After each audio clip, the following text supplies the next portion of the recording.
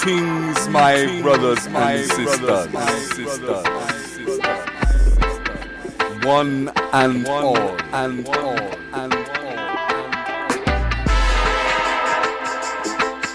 I would like to welcome the world.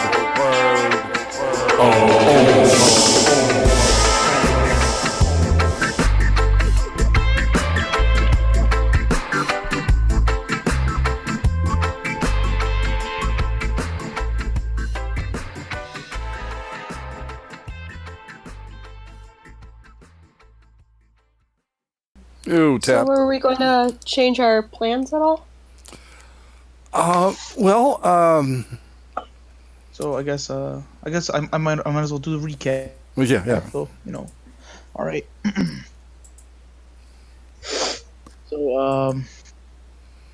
So last time in the world of OMOS, our group found themselves deep within the Tuskwood Forest, where their assumed target, a shipment of contraband books, was heading to a small city called Fort Nightfall, where they were destined to be burned, almost like a witch trial, where no one would ever see them again. But our group was hired by a anonymous individual who had reached them through the pages, offering a lucrative prize if the group could save at least one of those tomes and make sure the rest burned. Now, being harried along the way with all forms of obstacles in the form of wolves, half vampire creatures, and mysterious weather, they finally arrived in Fort Nightfall, where they've begun to track down that shipment. Now, what happened last session was daunting, as the sun began to slowly head towards the setting horizon. You guys are now kind of short on time, or how you're gonna find the shipment, make sure it burns, steal some of it, but your plans also have seemed to be what's the word for it? They seem to almost coincide with someone else's plans. Something's going on at the same time. That's basically to say it short. Something else is going on at the same time, which Po-jem unfortunately realized when he found his newly formed acquaintance, this beggar merchant named Azam, who was seemingly killed and left to bleed out on the side of the road. And with his blood, a scratched message was written on the side of a tavern saying, the nightfall comes. And with that mysterious and ominous message, you guys are left in the middle of the crowd in Fort Nightfall, with your small gnomish buddy. Let me see if I could get the name for him. Oh, I had it right here. Oh crap! That's right. Oh, right, Soth. Yes, Soth Chillib. And you guys are left out in the main street, while Soth has just said that he's gonna go ahead and start the ruckus throughout the town, try and draw some of the guards' attention elsewhere. So, what do you guys want to do? What are you guys doing? Well,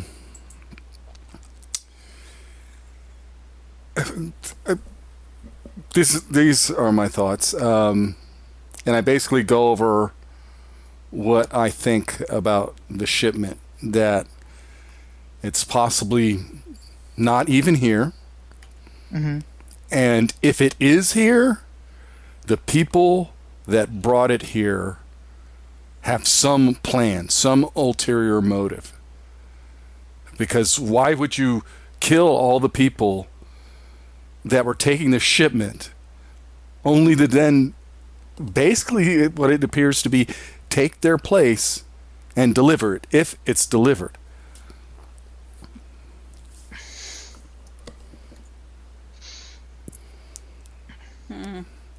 And I think the best opportunity we have to determine whether the shipment is here or not is to basically go and tell them that we actually found the guards and the drivers of the shipment dead and killed, poisoned, in fact. And that if the shipment did arrive, that the captain of this fort needs to be really worried because these people are not who they seem to be. Yeah. So as you guys are kind of discussing this, there are people, slowly begin to crowd in around the body, just kind of like talking amongst themselves, just like, oh my god, oh what happened? Is that a dead body? And then you hear like a small child somewhere in the crowd, just like, what's going on? What's happening? And it's you're slowly beginning to get this like crowding feel. We get out of here. Yeah, and I actually thought that we already went through this and we were just leaving Soth's.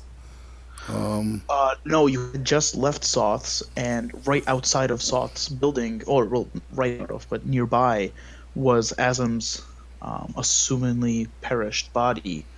And you guys are currently right around there. You haven't left just yet.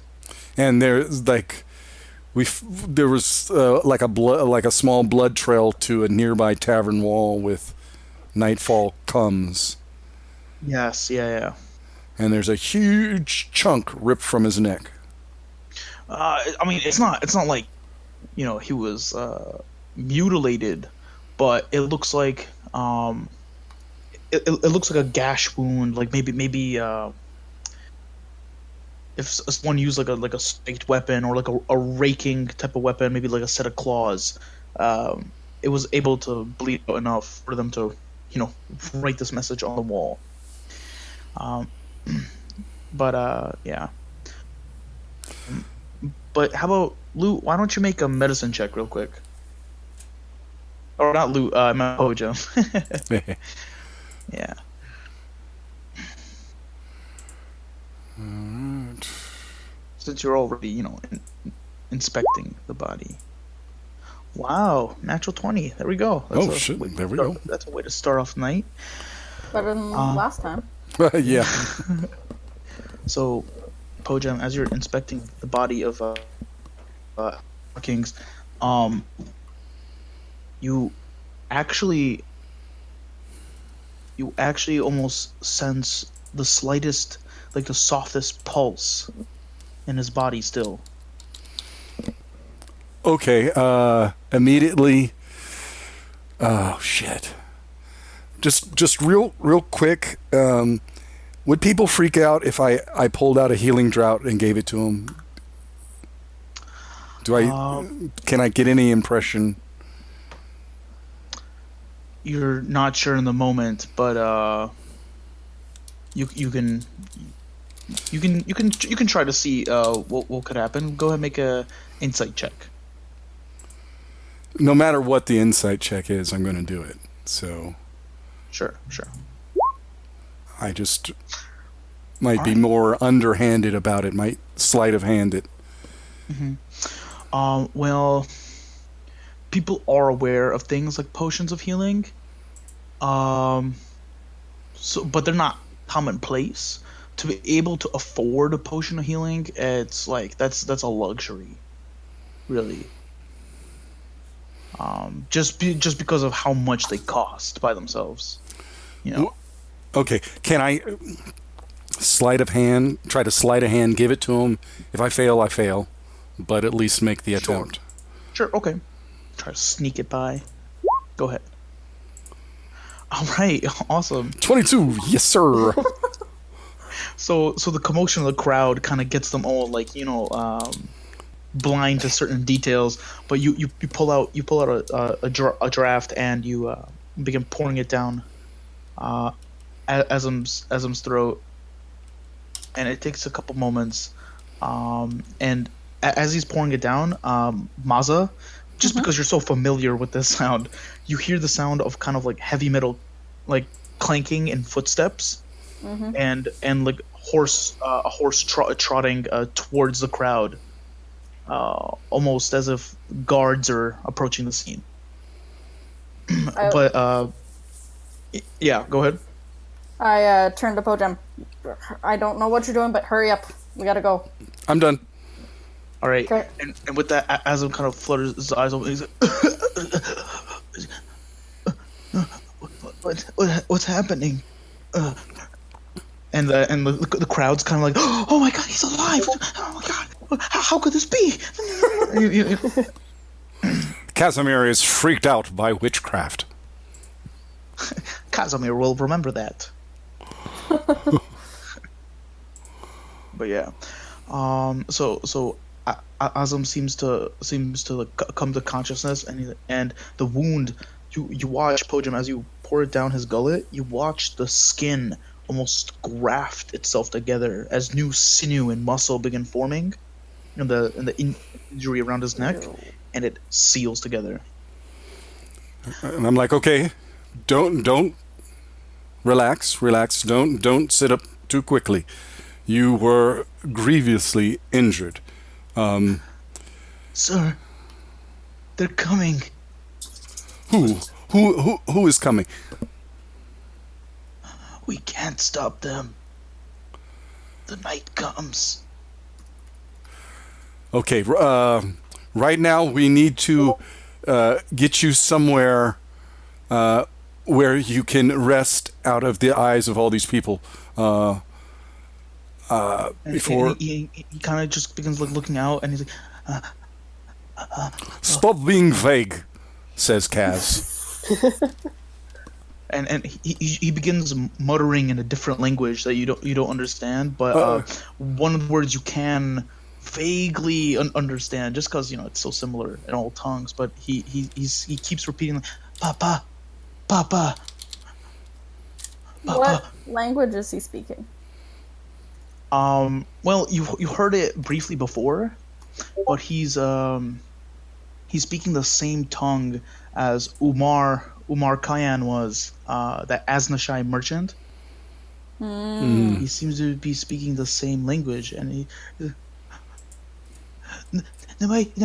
Papa, and he's just murmuring words that are barely audible just because the crowd is speaking around. But okay, Papa means potato in Spanish. Maybe that's what he's saying. Potato. Quickly. He's just really hungry, okay? He just died, so. His life may be at risk. I think we should take him to the fort. Yeah. So Maza, you begin seeing that a small group of guards has now reached the crowd. One guard is on a horse, and they're kind of shouting, clear the area! What's going on here? And people are quickly beginning to separate. You guys want to do anything? Begin to reach for my weapon out of habit. Okay, sure. Do you draw it? Not yet. Just keeping a hand on it. Okay, sure. All right then. So as that happens, the crowd. I reach for my sword begins... too. All right, sure. The crowd quickly begins to become sparse as the guards, and you notice a group of 5 guards, including the one on horseback, approach. The one on horseback has what looks like a deep red sash that kind of reaches from his left shoulder down to his hip, just kind of wrapped around, almost. And Mazla, you can immediately recognize this as one of the lieutenants of the guard, or one of the captains of the guard, we would say. Okay. Yeah. So as they begin to approach, he calls out, noticing that the 4 of you are immediately around this body, and he says, "You, what's happening here?" We found him like this. My friend here helped him a bit, but he's in a bad place. He was attacked by who or what I have no idea, and it seems he feels there is still potentially some greater threat. As you say that, the crowd begins kind of like in this hushed uproar, like attacked. What? Oh my God! What could have happened? And, and they're just kind of going. And the captain of the guard, he seems a bit off put by this. He narrowing his eyes. He looks at you, Po-jem and Maza, mainly just kind of looking at you. But he gives everyone the scan and just preposterous. No one could have been attacked by something that could have done this, motioning to the blood writing on the wall. Like, I need the four of you to come with me into the fort. Okay. I'm gonna take you in for some questioning. Of course. All right. And he and then he immediately turns around, kind of lifts up this visor from his helmet, and you immediately see that he has this long red beard. He seems to be in like the prime of his years. He's got these bluish green eyes, deeper and slightly tanned skin. But he lifts up the visor, and you see his face, and he puts on this smile, the politician smile, and he kind of looks up on the crowd, and he says, there's like no need to worry. The festival will continue as it has been scheduled for the last 10 years. All right, everybody, you may go about your business and get ready. Once the sun sets, there will be a wonderful spectacle. The tomes burning will be remembered for ages. And then he kind of turns back to you guys, and the smile fades as his group's guards are beginning to disperse the crowd, send them back to wherever they were previously at. All right. I'm going to act like my hands are kind of bloodied, and I've done this purposely, and I will accidentally kind of rub my cheek and across my nose, so there's just this red smear. Sure. Okay. Casimir wants to out-macho him. Oh, Right, sure. Casimir, you can make an intimidation check. See how this works out. I want to non-verbally put him in his place below me. Very specific. I like it. Go ahead and make your intimidation check.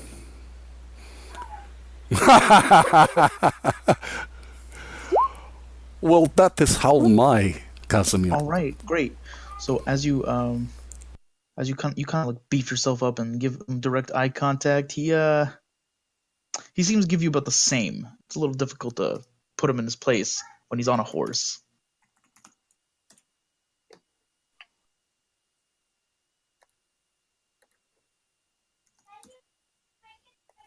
Okay. Can I just glare at him, just not liking guardsmen in general, just Sure, that's fine. You give him the hard glare, like the dagger piercing glare. Though he seems not to notice that as much, as he's shooting lightning out of his eyes at Casimir as they're both, it's the power struggle right there. Equally intimidating individuals. So, but yeah, you glare at him, and then he slaps down his visor. He turns around and he says, "All right, if you all could follow me, I'll take you to the fort and I'll question you there." What about him? We're just gonna leave him here? No, my men will take him to an infirmary.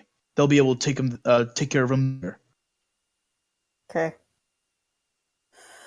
Well, he kind of turns the horse around, and he kind of whips it up, and then the horse begins trotting forward.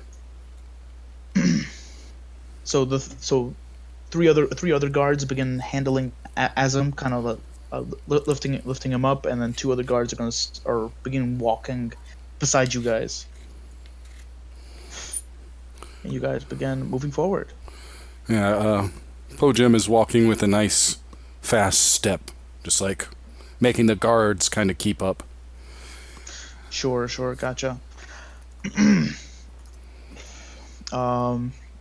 You and your blood-smothered face, you guys begin approaching the fort, which is kind of center in Fort Nightfall. And it doesn't take too long between the horse's trot, you guys trying to keep pace, and the guards almost pushing from the sides. It takes like maybe 10 minutes, but you guys arrive at the gates of the fort. And as you guys begin to enter, it's quite daunting. The walls themselves are probably they're 2 stories high, so it's like a solid 20-25 feet with parapets. You can already see on top of the walls, actually on the corners, the towers reach 3 stories high, and you can see these large, almost newly furnished ballistas just kind of set on top. These large anti-invasion tools, almost these mechanisms of war. As you guys begin entering, oh boy, this is it. All right, let me see. Let me just put that in there. I hope I fucking blinded like I did Fog of War. I really hope so. What do you guys see? Everything. Oh, you guys see dark? Awesome. Thank you. All right. I see everything. That kind of sucks. Yeah. Masa and Farron, perhaps you should do the talking. Unless I'm questioning someone about something I'm researching, I tend to not fare too well with these authority types. Oh, now I see nothing. Oh, great. Okay. Yeah, I thought you were pulling my leg at first, but yeah, I guess you really saw everything. Yeah. Yeah. Looks like the cat's out of the bag. I turned to Farron. You should talk. Unfortunately, me and guards don't get along that well. All right. So what you guys see? What you guys see approaching is that in front of almost surrounding the fort are these sets of wooden spikes that have been kind of put into the ground around the fort. Immediately on your arrival, you see there are 2 guards armed with spears and shields at the very front.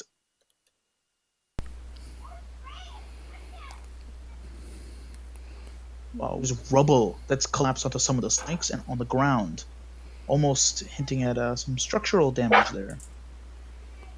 Sure. Can I go into investigation mode as we enter? Just especially looking for any access to the sewer and water systems beneath. Sure. As you guys begin entering, how about you guys place your tokens on that very front? I'll get a.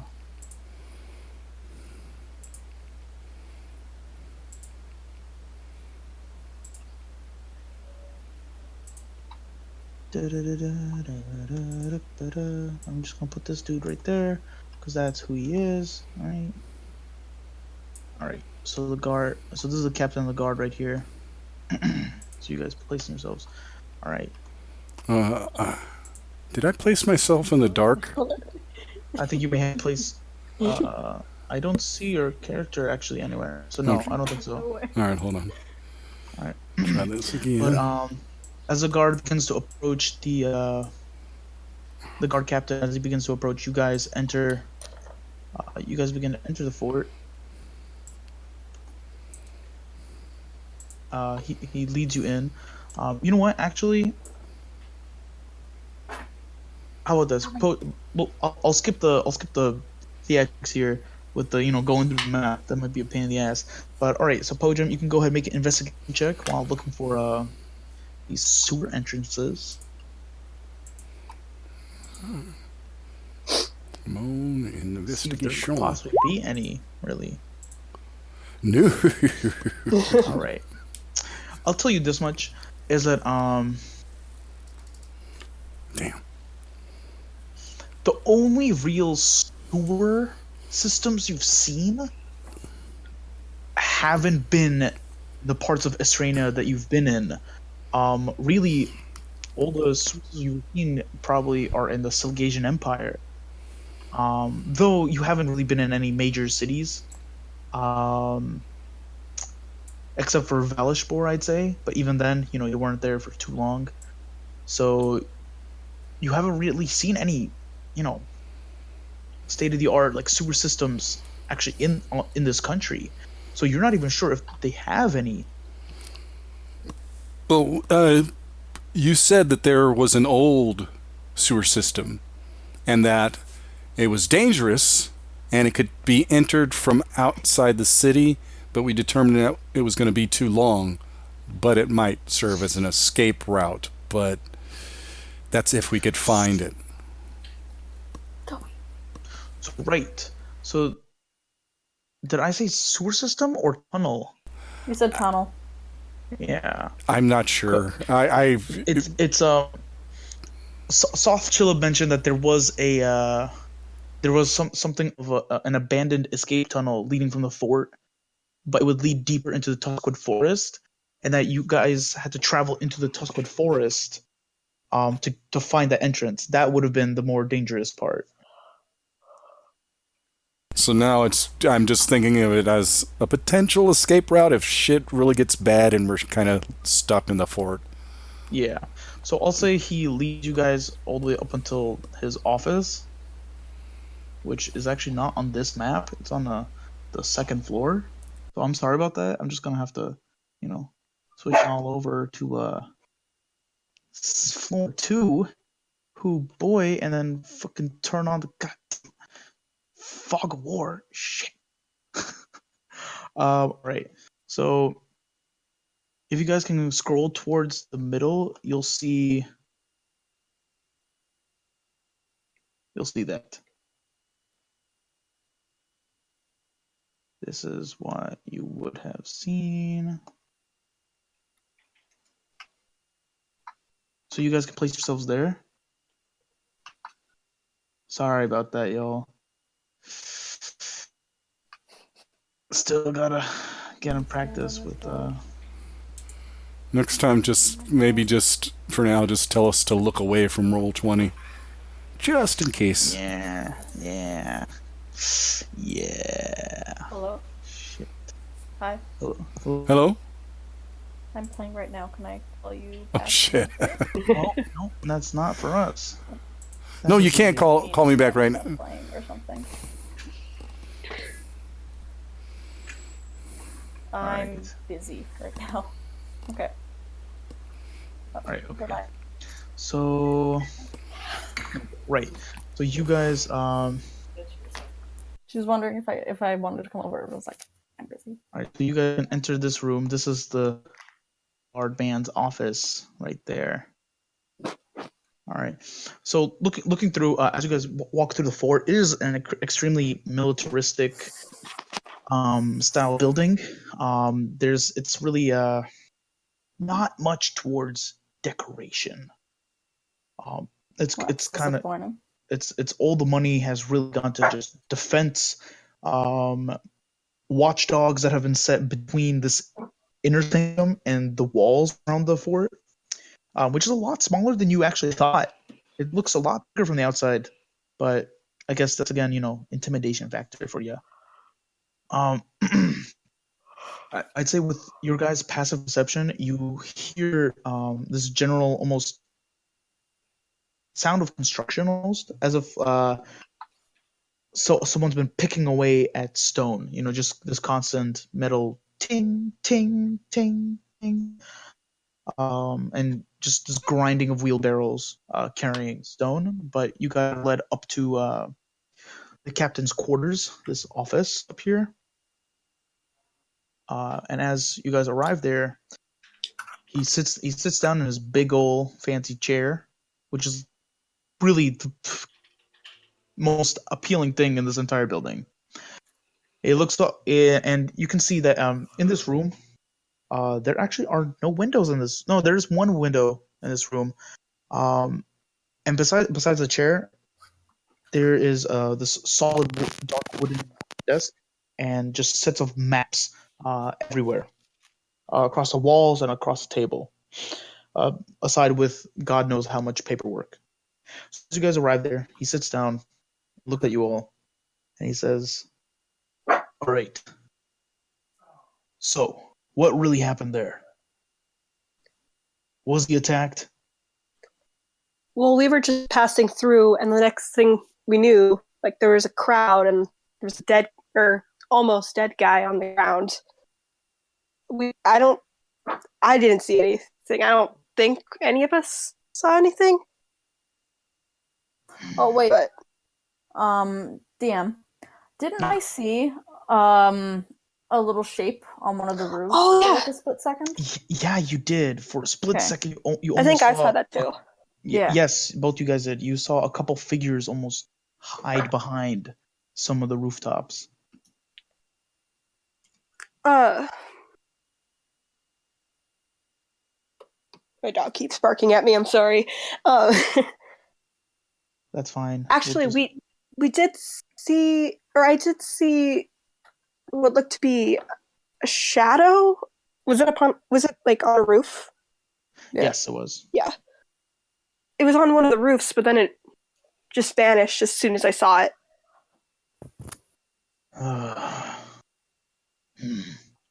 Hold on. Casimir says, obviously vampires, right?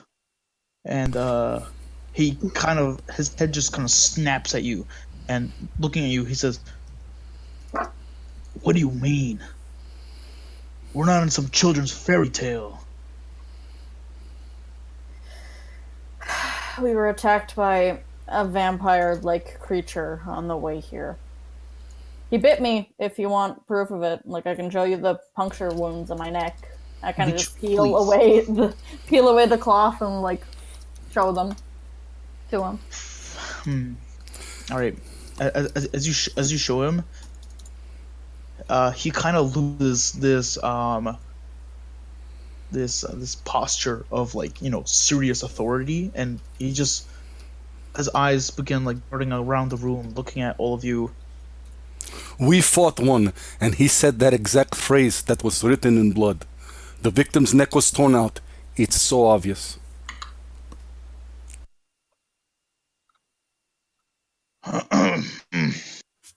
All right, well, even if that's so, we can't let word of this spread throughout the town. It'll cause a scene. So something that we don't want.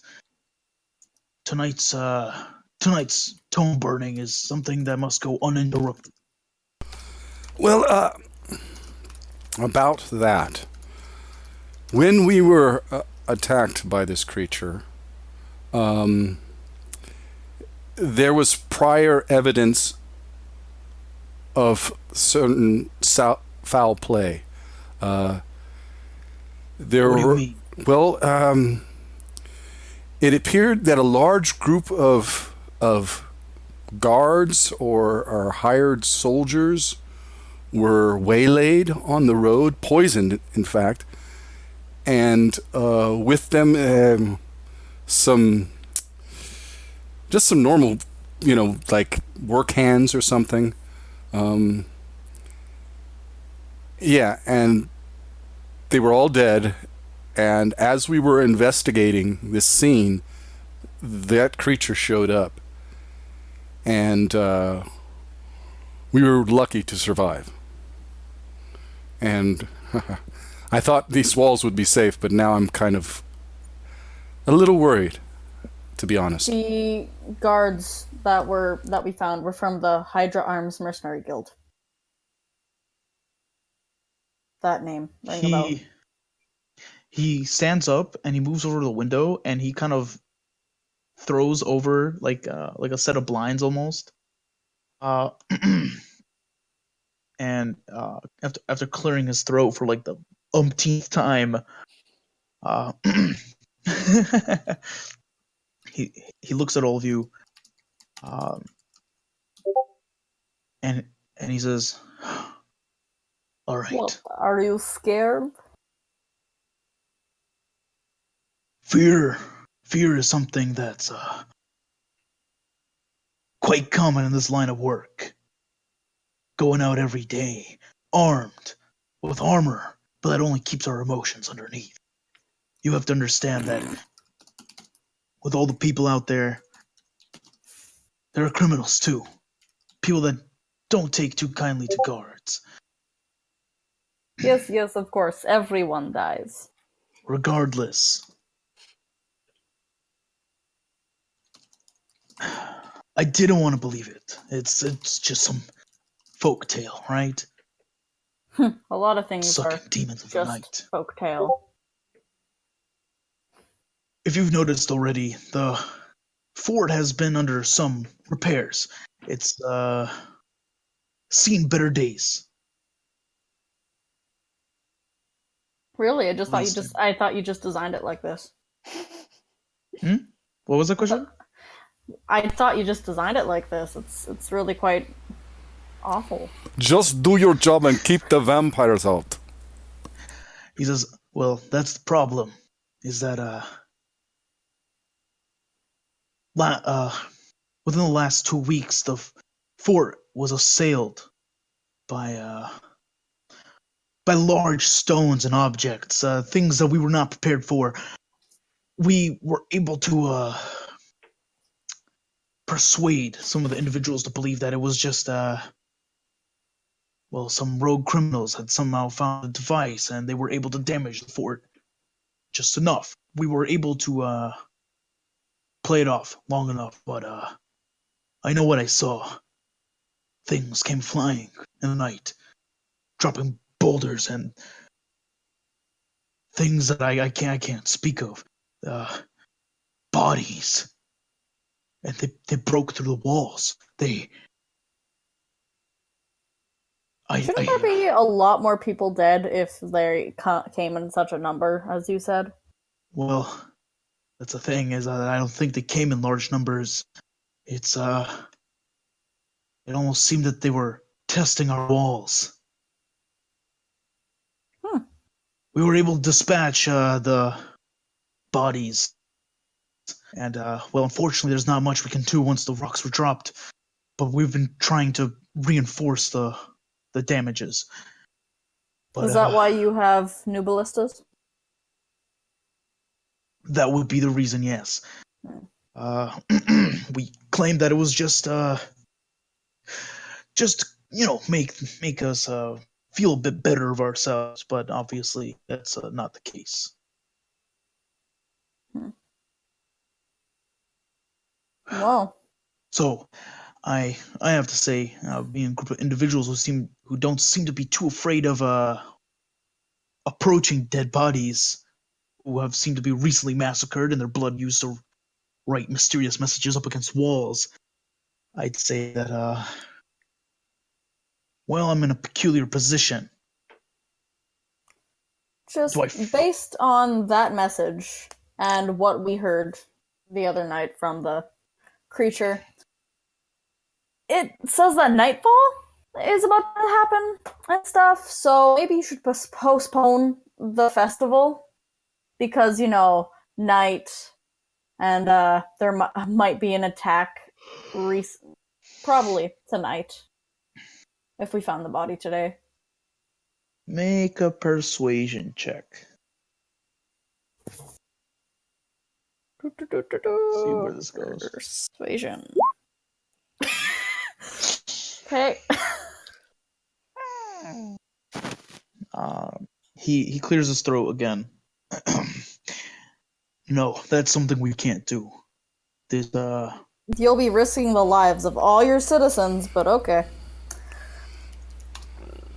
Well, it actually might be a good idea that things look normal, and if most of the townspeople are going to be in the fort at the time of the burning, that might be a good thing, because they might stand a better... doesn't take place in the fort, though. It takes place in the town square, doesn't it? Nonetheless, if we were to suddenly just stop this and then say we reschedule for another week, tomorrow, the day after, have it, it would cause an uprising.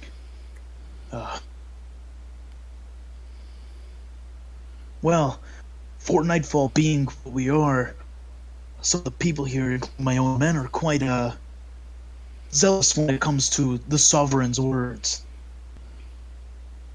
His word is law, and if these books are contraband, if they are religious, then they must be burned. And I don't think the masses would be too happy if we, if we just started dancing around his words. But would you rather not hold to the ceremony that you usually have, or would you rather the whole town be attacked and a lot of people could potentially be killed?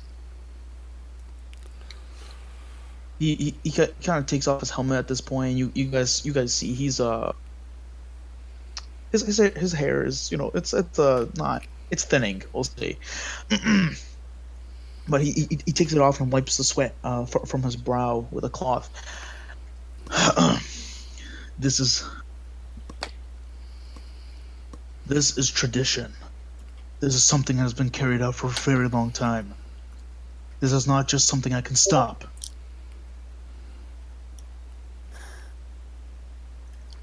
You have to understand. Can I fluff my fluffy, thick black hair to intimidate him? Sure. It's power play? Just because he just... Alright, go ahead and make an intimidation check.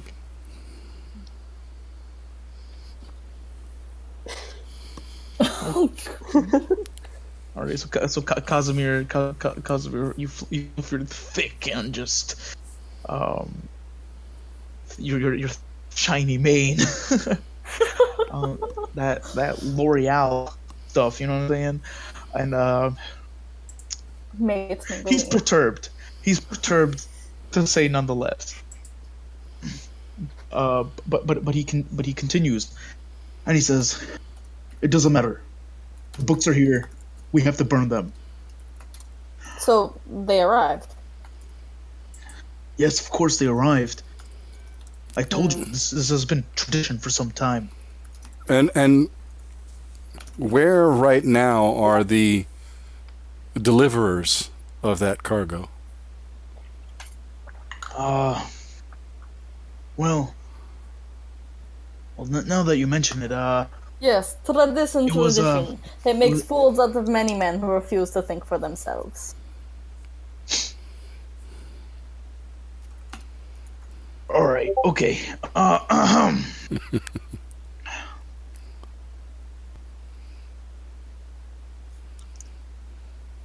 You know what? Okay. The man who delivered the book, he came by himself. And he went back into town. Maybe he left. Who knows? But, I think I may have misjudged this group. Alright. You're excused. You can leave.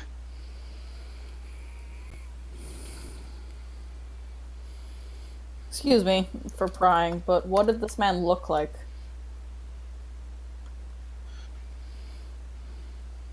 Alright. So he describes this man, let me see. Yeah. Something of a salt and pepper widow's peak. More of a longer hook nose, a small man, not anyone of great. Nothing too noticeable about him. That's about it. He seemed a little older than I am, probably another 10 years or so. Slightly wrinkled face. As he begins to describe this, you guys can make a history check, see if you might remember. Unless you guys have a feat for it or something. No, I don't think so. Yeah. But yeah. Oof. Come on. Well, fortunately, with this description, he very accurately depicts one of one of the caravan drivers that escaped you guys in Valishbor. One out of the three. One being Hannibal, and the other one you guys found dead at that small campsite by the stream. Interesting. And now, like I said, you're excused. Please leave the fort. Of course, we know you have much to do. It would be a pleasure to. Then he leaves. Okay, we leave. And there's still the two. Okay, yeah. Oh. Okay, now from our information, the books are supposedly kept in the northwest of the second floor. Is that right? Yes, that is the information we received. Northwestern corner. And where are we right now? So entering the building, you are on the northernmost side of the what's it called? The fort itself. So as you notice that you have now exited this room, there is the rest of this small hall here. Though it does extend to the rest of the building. Does there seem to be a lot of other people around? It just seems to be 3 guards who are just kind of standing by, or they're marching around. And we got stairs and 2 doors. Yes. Wait, 2 doors. Oh, those are windows. Doors are in Okay. brown. The windows are in blue. So actually I'm having a hard time spotting doors. That's the door here? There's a door right here. I don't know how to click. Hold on. Right here is a door. Yeah, that's back to the captain's office. Yeah. Let me put this up a little bit. It might be. Is it just like a hallway? Yeah, because maybe this here is Yeah, the so way. black is all walls. So, yeah, unless Oh, okay. you don't know unless you walk through. Unless you try to walk through here, you can. Or Farron, see that. Yeah, actually, I'd say Farron. You notice, or sure, why not? Casimir just runs through. But you guys see, there is another hall, or at least Casimir notices that. There is another door. There are 2 other doors, and there's a hallway with a guard there. The guard seems to take notice of Casimir. Just kind of. He probably would have made it actually up until here. Think about it. So he's just staring at him on the other side. This guard that you guys are now kind of standing in front of, he's just kind of looking at all of you guys and says, can I help you out with anything? Do you need help finding the exit? No, we can figure it out ourselves. Thank you. Hey, no problem. Is there a bathroom around here? Yeah, actually, there's an outhouse. And he kind of goes, yeah, actually, there's an outhouse round back the building. You're gonna take the stairs down. After you reach down, you're gonna exit the room. You can take your immediate door on your left hand side. And if you go around, you'll find it. Easy enough to spot. All right. Thank you. Are there and these are 2 guards in the hallway here. Yeah, Correct. though they seem surprisingly lax. Okay. And what do I I'm sorry. Mhm. What do I see out this window? So from that window, you can see the other side of you can see the other side of the castle wall, at least the inside portion. Also see what looks like the side of the tower. It seems to be a lot of grass with some walkways there. No guards in between. You can see like a couple wheelbarrows and like maybe some construction materials have been laid out. Some rubble here and there. Oh, rubble? Not too much though.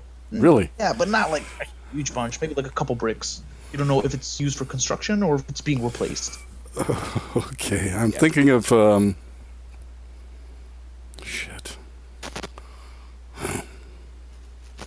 But it's a pile of bricks.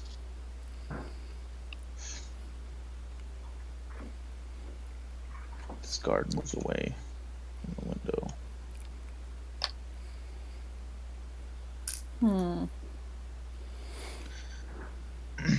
But yeah. Okay.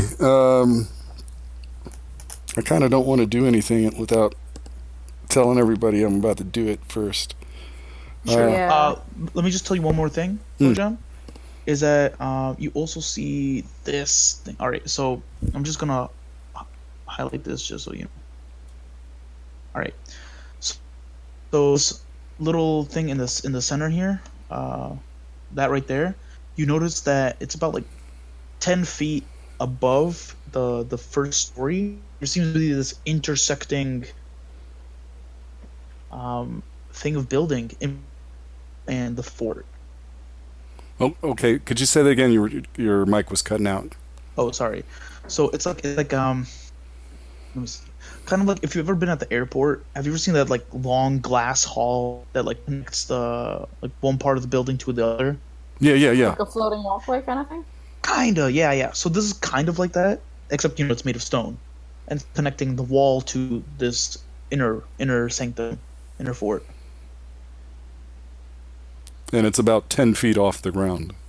Yeah. But you don't see any windows on it, nothing like that. Yeah. So you guys just kind of wander around this small area, and then these guards suddenly start giving you guys like weird looks. Well,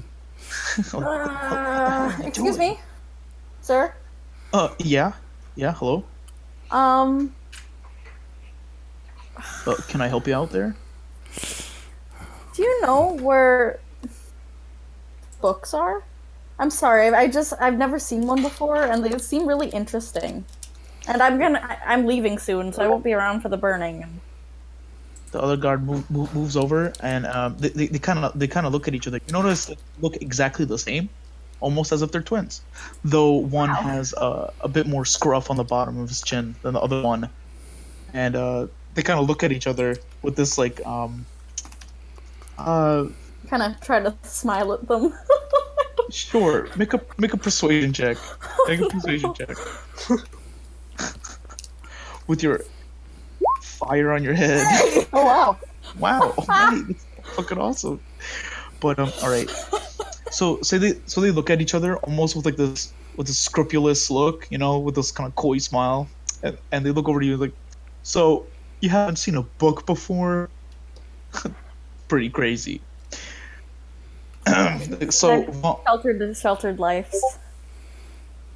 What? Kaz wants to intimidate them. why? Oh. So Casimir, why do you want to intimidate these guards? when things are going so well. Stop. No, I'm just asking why. Like, what's the motivation behind it? Just so I know how to react to it.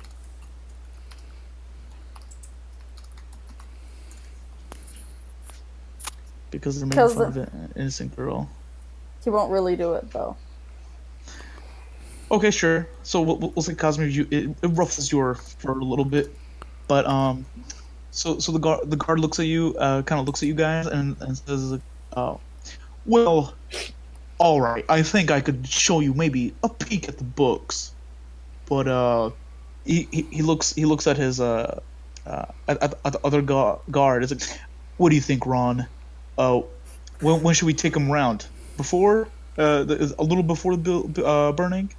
And then the other guard looks at him and is like, I don't know, John. It's kind of risky. Ron and John.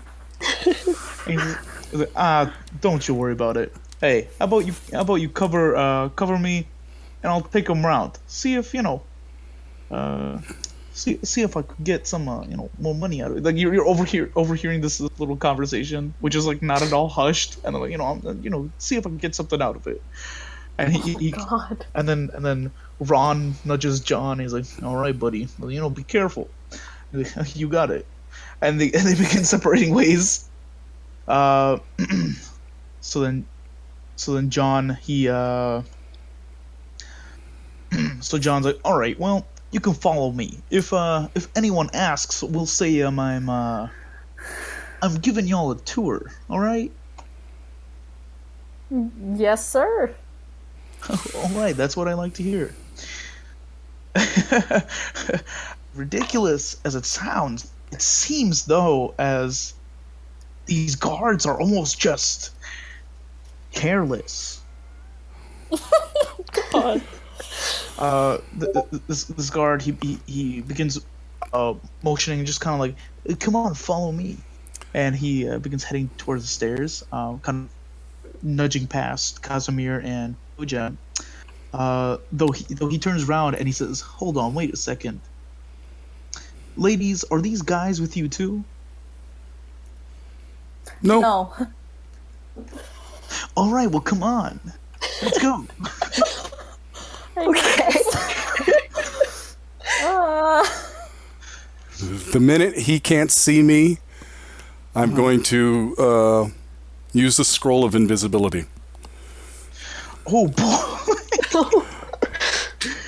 this is gonna be good. All right, so you guys reappear to the first floor, appearing right there. So Farron, you already have your little character out there. So if you guys want to put your, or actually, hold on, Maza, you already got yours here. Let me just. I was like, where am I? Yeah, you guys set yourself on the bottom. This was the first scene, so I'll get you situated. Or if you want to drag yourselves up there. Shit. Alright. So the guard, he's out here, and he's like, alright, so, yeah, you ladies gotta understand that, some of the guards down here, they're gonna start asking a lot of questions. It'll be just fine, alright? So he turns back around, opens the door. As he does, he kind of opens it, and you see him start have a little start as you guys fill in the room, and you hear this much more commanding voice, and he's kind of like himself in a hushed manner, just going back, and then he starts laughing and just, and then he seems to just like shake hands, like slap back like some other guard. I'm still. Yeah. My screen is still on the second floor. If we're on the first floor. Yeah, mine too. Sure, no problem. And Po-jem invisible is following. No problem. So right there. Okay. Shit. But so there you guys are. These ones look fancy. Yeah, they seem to be a bit more decked out. Though you guys did pass them before, on your way up to the second floor. It seems just to be a lot of heavy decorative armor. But yeah, so after this small bout of conversation,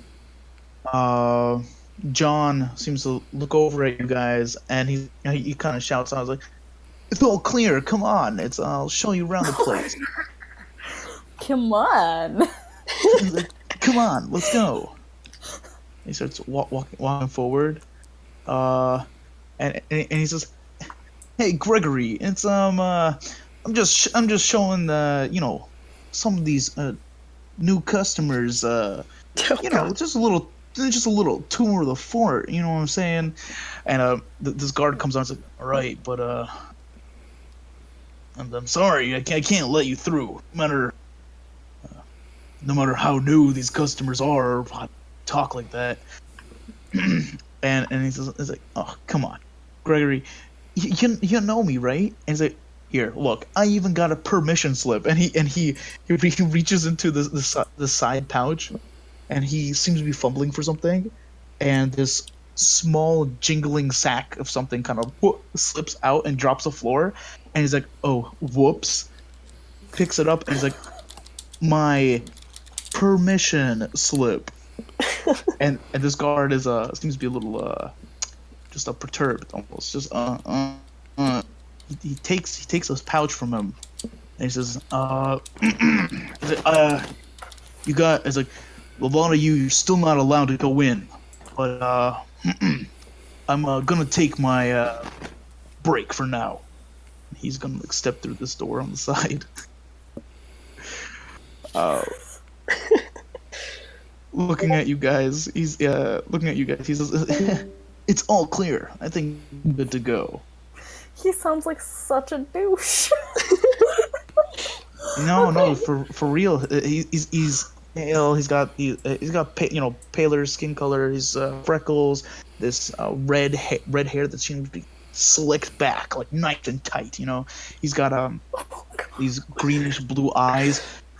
His features seem to be rather close to the captain of the guards. I was just about to say that. I'm like, wait a minute, that's similar to the captain.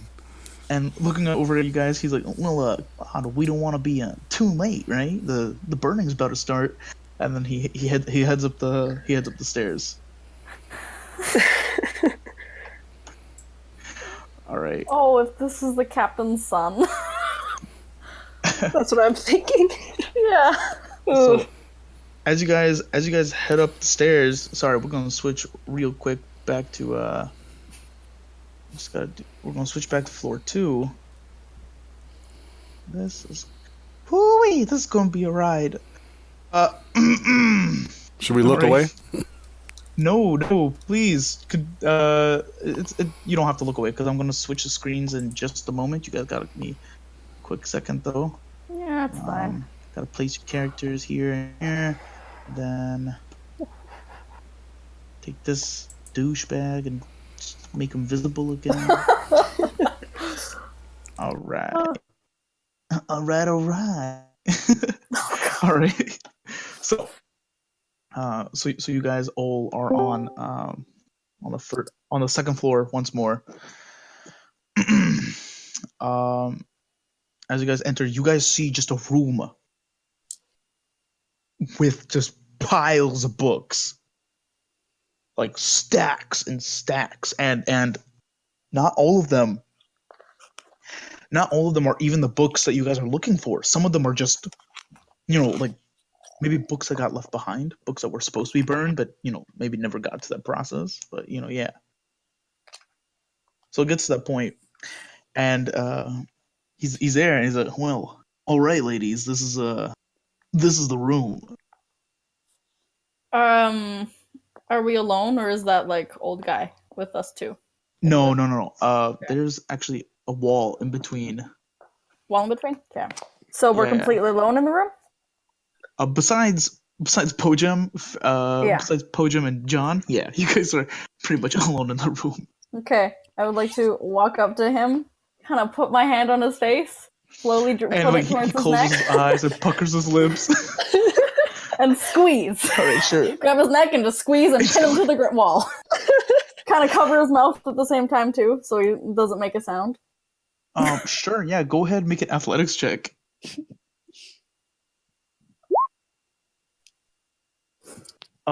Shit, I gotta roll mine. I don't have fucking dice.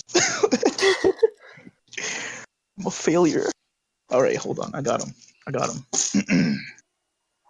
him, yo. We're gonna see how he stacks up against this. Wow, he stacks it up with a 6. So yeah, you grab him by the front of his face and you just slam him against the side. Mazza, you do notice that right next to you is a window. Just letting you know. So this room does have 2 windows, actually. And I kind of turn my back towards the window, so it doesn't look like I'm pinning him against the wall. Sure, that's fine. But you get up into his space, and you just kind of pin him to the wall. And you hear him murmuring, just like, and his eyebrows do like a slight like wiggle. They're just kind of like, but he is somewhat red in the face. Okay. Po-jem is immediately going to start looking for Listen Close, a guide to hearing OMOS. All right, sure. You make an Yeah, investigation I'm just check. trying to keep the guard focused on me. Sure. You make an investigation check. In between that time, Casimir, what are you doing? Your group has seemed to just split with some punk-ass guard. Yeah, I'm not a good leader. I don't know if I do something I might like ruin the whole plan. So. All right, but are you doing anything at all? Listening. I don't know how I couldn't tell if the things on the map were guards or not, and now I don't have the map, so like I don't know how close I can get to that room to listen. It doesn't really matter if I listen or not. I mean, you placed yourself outside. So let me see. Okay. So let me. Yeah. So Well, if I'd Casimir... say actually, it's my own fault. I forgot to add two more details there. But basically, because you're on the first floor, because you're on the ground, but there are actually a couple dogs out here, like almost like Dobermans, and they seem to be chained to a portion of the wall, and as you get like close enough to them within 10 feet, they start barking. They're like,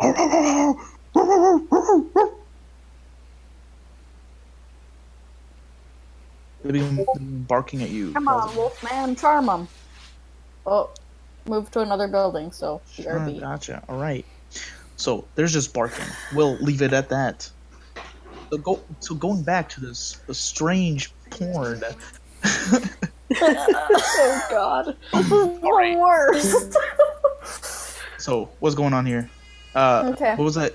Investigation check 15. All right. So Po-jem, you spend a couple minutes. It's easy enough because the piles seem to be at least somewhat organized. But you find multiple, like you find the entire load of speaking to OMOS books or listening to OMOS. But yeah, you can pick up 1 copy, 2 copies, however many you want. He will pick up 2. Oh, okay. Well, I mean, wait a minute. Is 1 copy just... They're all the same, right? It's not They're like a pretty ball. much all the same. Yeah. Yeah, I'll take 2. Mm-hmm. And then, well, I also want to make sure this guy is not looking at my invisible form. Yeah, I'm keeping him focused on me, and I want to like kind of gesture Farron over towards me to like help distract him. I'll go on the side of him. Yeah. Sure. I'll say with just Oz alone, it's enough that he's not able to notice you. Oh. Okay. So. And No. and I would like to do, if I can, 1 more investigation check just to see if there's anything that catches my eye. All right, sure. So go ahead and make Big one money, more. big money, big money. What do we got there, buddy? Good. 13. Another 13. All right, okay. I say you do find one book actually. It's called Hydras, Hawks, and Pegasi. Ooh.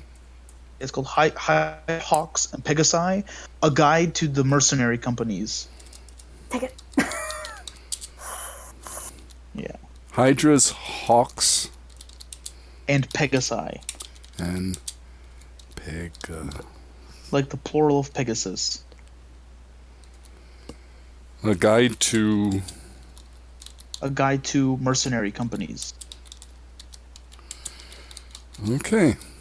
Yeah, that goes in the bag. All right. So, all right. So you quickly stash 2 of these books, and Farron, you go around the other side of John, and he's just kind of like, but noticing that you guys have kept this hold on him, he's lost the initial impetus, and now he's kind of worried. like his common sense has just kicked in. Like, I just like whisper in his ear, "Wow, these are some nice books." just Her having little to no, she doesn't know what to do with men. Same. I sensually whisper into his ear, "Wow, these are really good books." Yeah, sure, you say that, and he seems now uncomfortable. He's like, and he starts grabbing at your arm, and he's trying to like tug, but like he's struggling, trying to break from your grapple. No, it doesn't happen. He's just. Can I like, look at Farron and just wordlessly say, just like, should I kill him? Just wordlessly, but like. I shake my head no, just slightly. A soft no. She looks slightly disappointed. Soft no, even maybe. All right. My mage hand Uh-huh. pulls my rope from my bag of holding, and I kind of nudge the back of Maz's leg with it. All right. Maza, you feel this brushing up against your leg. And you look down to see just a thing of rope. And this like ghostly hand holding it up. Tying him up. And the hand does a thumbs up. All right. Grabbing a piece of cloth and just gagging him. All right, hold on. I just gotta check one thing real quick.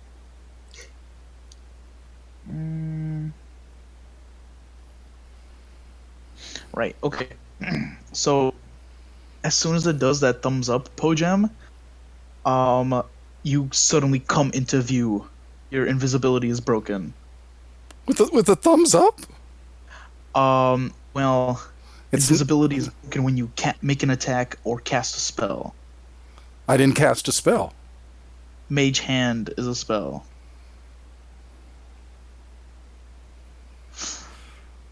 Regardless of which. Well, okay. Yeah. Sorry about that. But, regardless of which, let me see. Hey, what's up, Tap? Let me see. Maza, you can go ahead and make a. Oh, well, you know what? Then I would have to have not done that, because there would have been. I would have been walking behind them, seen. Log my brother onto his computer. Well, why is that? Because I believe I cast Mage Hand once I started following him. So. Oh, I don't remember you mentioning that. So. Should I? Okay, go ahead. Sorry. I'd say, all right. I'll give you the benefit of benefit of the doubt, and we'll say that that cantrip did not break your actual invisibility. Okay. Yeah. Yeah, because I stupidly thought it was attacks like melee, ranged, or a spell attack, not just a spell. Okay. So we'll keep that in mind for future reference. Wait, say that again. Your mic cut out. We'll keep that in mind for future reference. That it's spells and attacks. Okay. I will not forget it. So with that, We'll remember this. yeah. So with that, you have now tied up John successfully. Yeah, you tied him up pretty well, and he's kind of squirming on the ground like. No. Okay. Yeah. Well, we can't really have any witnesses, can we? But people, like, are going to wonder where he is. I will once again nudge, but this time Farron, and I will give her little bits of like cloth, and I will whisper, and I will roll if I have to roll stealth, and say, "Plug his ears." No, I'd say it's good enough. This man is currently, he's just been tied up. I don't think he's going to try and perceive for whispers. I rolled 3 13s. Okay. Wow. Lucky number? Yeah, actually it is. Wow. All right. I'll take the cloth and I guess I'll plug his ears then. All right, sure. John tries to resist, but resistance is futile. As his ears are plugged against his will. Even to help, I'll hold his head. Yes. Yeah. And as you guys begin picking books up, you guys, and after this long process here,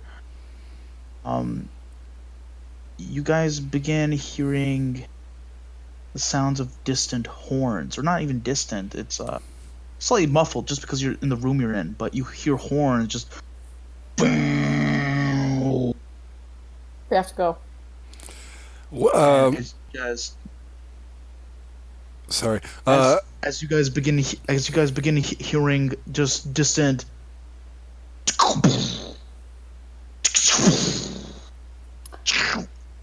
I told you they'd attack today. Maza, you turn to look out the window, and you see these large, almost boulder-sized projectiles just falling from the sky, almost, and just, and two of them land in the field right outside the window. You notice them. A couple of them hit the towers. Okay. And guards begin running. That's great. Sorry, go ahead. No, what do you guys do? Okay, Po-jem, now that this dude's ears are plugged, I'm like, he could probably still see, so act like, as I'm talking to you, just don't try to act normal. We could either leave by the windows, potentially. Yeah, that's what I was just about to do. How far are we off the ground? Looking out from the window, I'd say it's a 15-foot drop, almost 20 feet drop. Okay, so not bad, but not good. Or they're being attacked right now. So it's my fervent prayer that the guards we passed are actually now running towards the outside. So if I go in my invisible form before you guys and then come back and tell you if they're there or not, perhaps we can just get out on the ground floor without risk of falling. All right. Okay. So I want to hear from Casimir's point of view, if Casimir's here, actually, if Tapioca's here.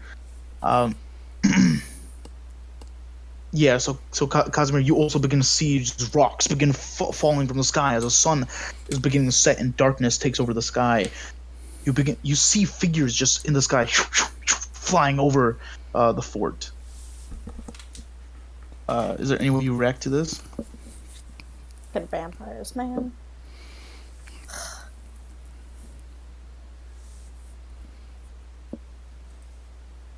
We'll see. What do they say? All he concerns with is finding his friends and getting them to a safe place. All right, so Casimir, you bolt into the building. All right. Right, as you bolt into the building, guards have begun to rush out of the fort, and they've begun going into the walls. So I'll say he's not super scared as long as he thinks there's somewhere to hide. All right.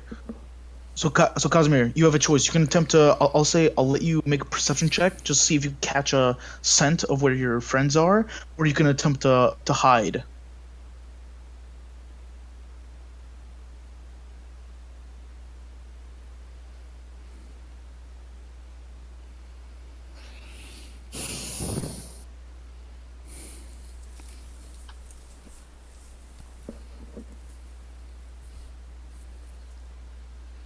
Also, is the music not too loud for you guys?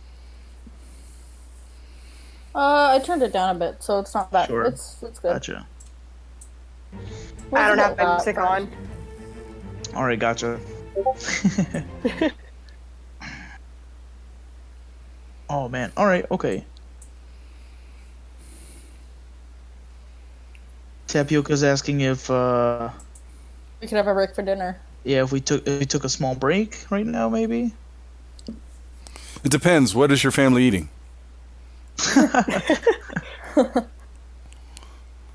Judgment passes. Let it be something. Ooh, Meatloaf. meatloaf. Meatloaf is good. Judgment has been Meatloaf's passed. So What kind of sides are we talking? Meatloaf and mashed potatoes, steamed potatoes. all right. Yeah. It's fine. It's fine. We'll pass on this for a little moment here. Okay. So I usually just eat supper while we play. So I guess we'll say it'll give us just enough time to maybe clear our heads.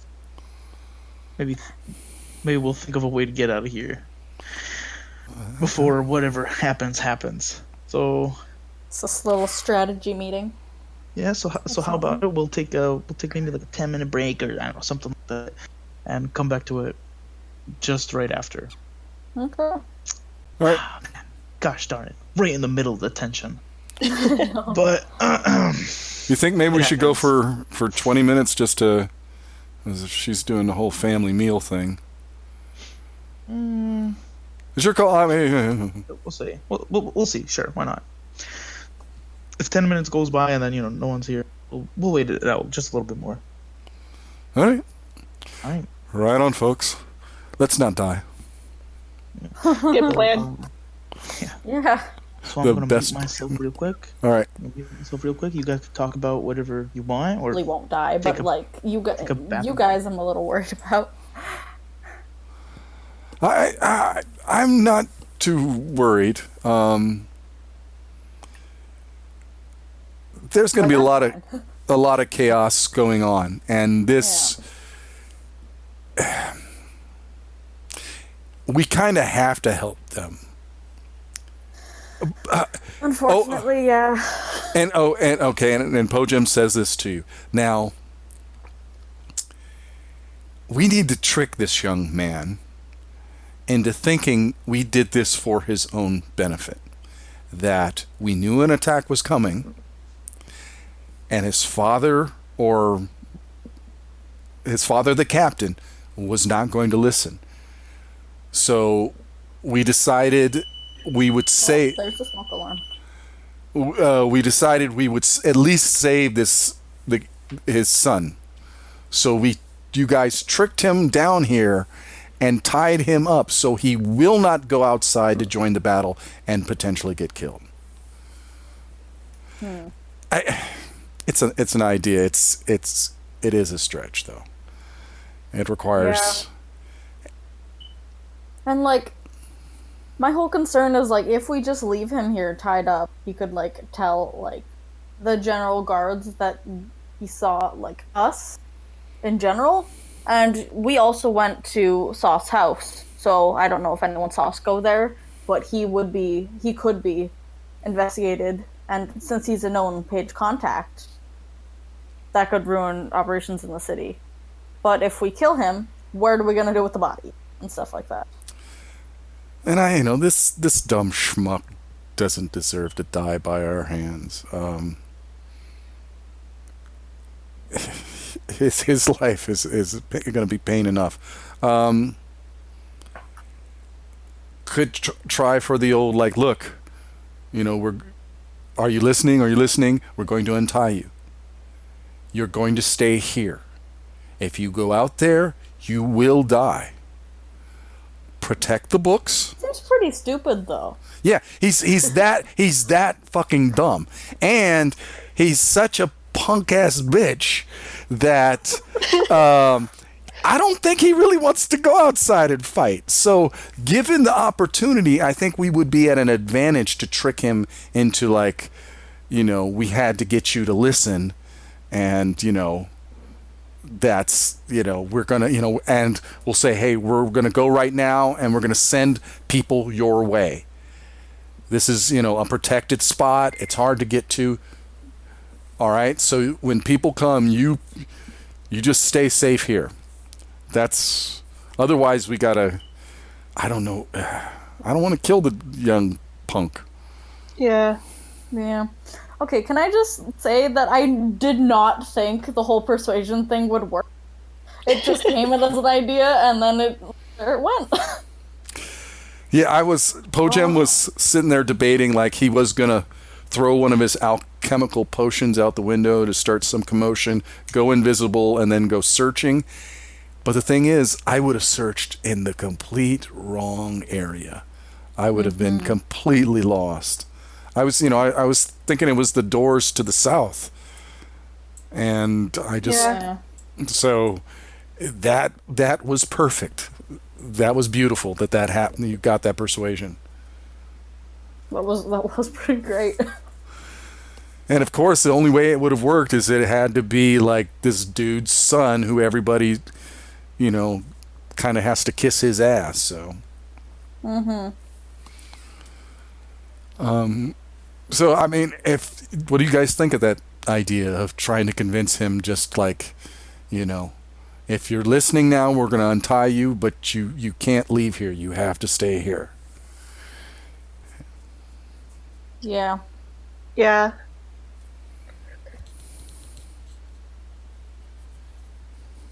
Like, I could try to, flutter my eyelashes again. Just like, I'm sorry, we were just trying to keep you safe. Or something like that. That would be perfect. That would be perfect. Probably do it when, with him really close to the window so he can actually see, the missiles coming in and, people just running and already kind of, the chaos that is going. So he's kind of more in here with the girl or outside with that shit. No, I'm gonna stay inside. Yeah. Of course, the girl who also forced him against the wall and pinned him. So. And tied him up and put cloth in his ears. Yeah. Does he really look experienced in women? And the fact is, you guys are armed to the, you guys don't look like wee little lasses. You're Yeah, I'm like a 6'2" tiefling barbarian with flaming hair. I am the least damsel in distressy of them all. Yeah, you're That's true. Yeah, so what was the point? Yeah, so to him, if you're like, hey, sometimes I get a little rough, God. Yeah, I was going to say, what are the odds he's going to think it's some sort of kink thing?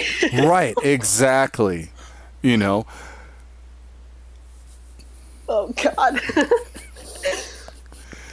I was thinking about going that direction. So, let's do that. Well, that would work in our favor because It would, yeah. we get him to believe this story. He will double down because a girl that he's attracted to is like, this is what happened. And he's like, Father, she wouldn't lie.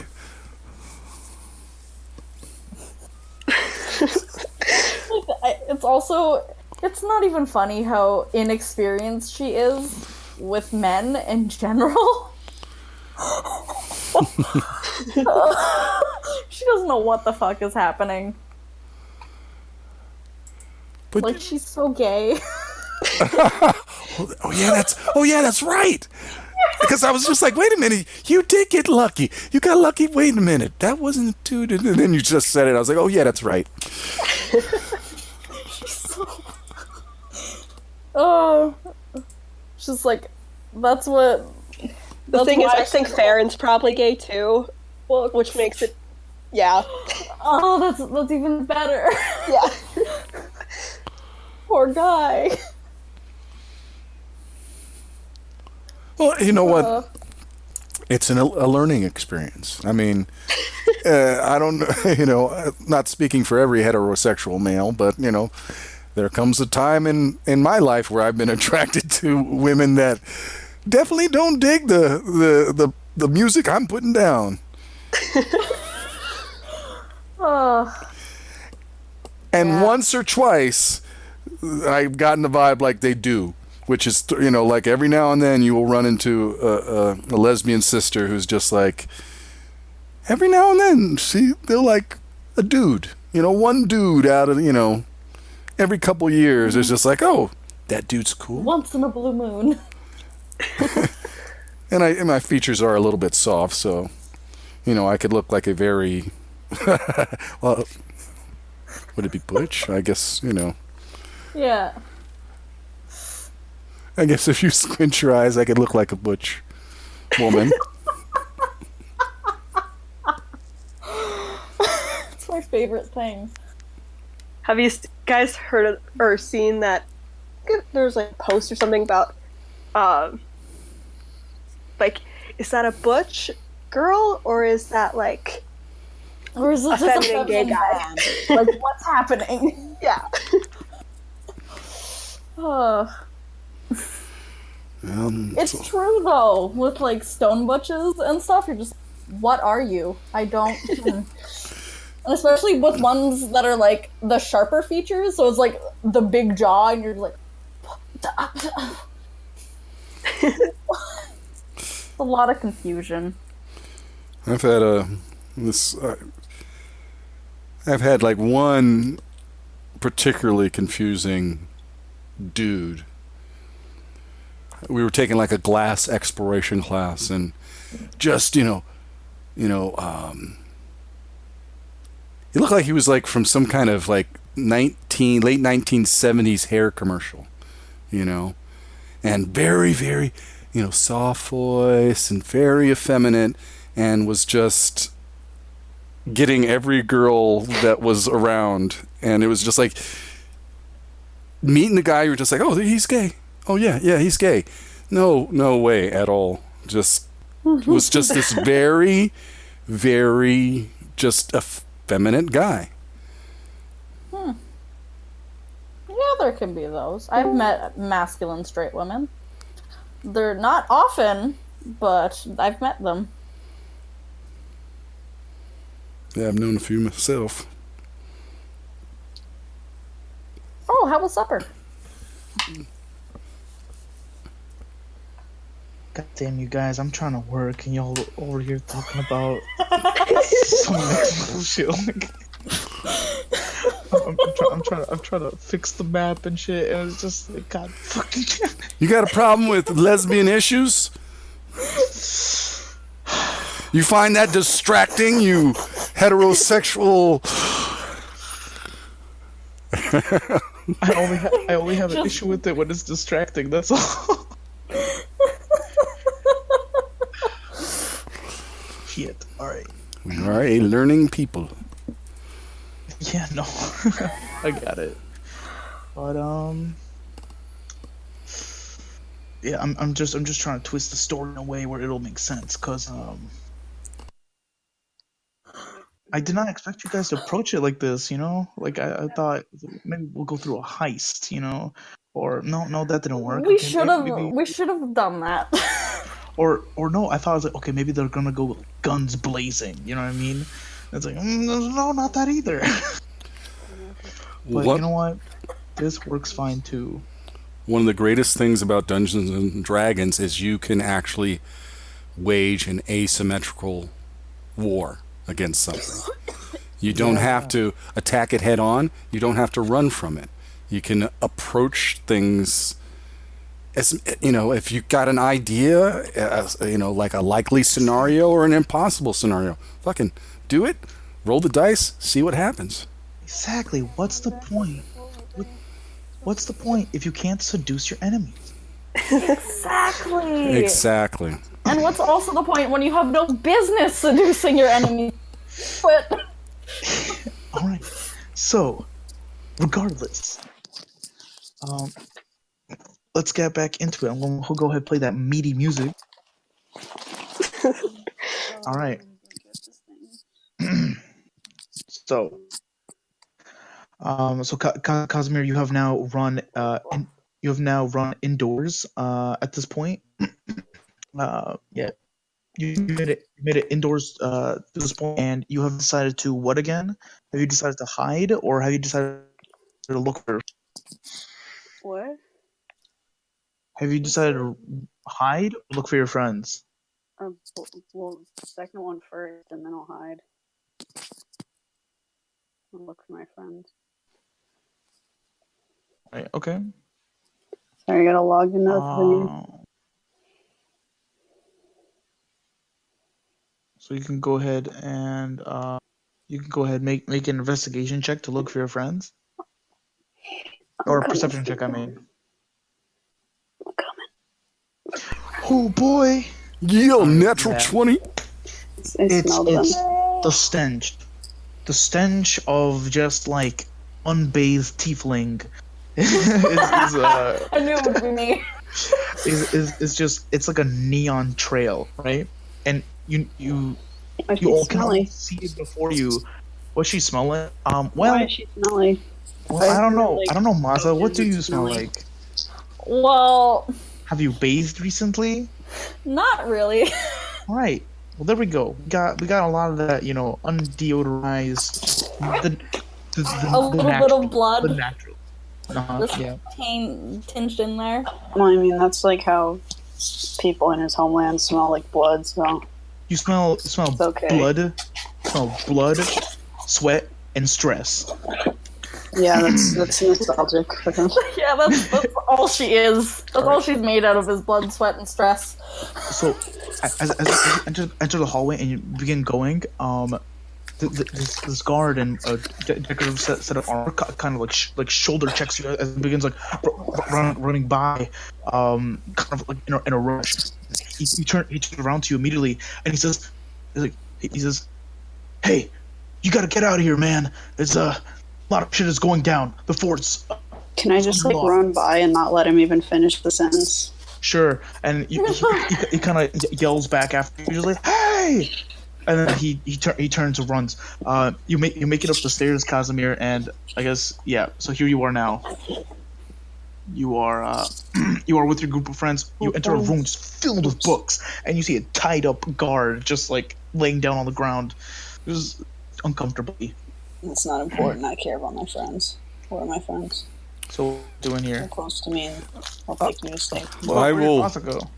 I don't know. Sorry, Where did I I hit her. go? This is hard to play. This thing is bad on mobile. I I'm will hugging her. See.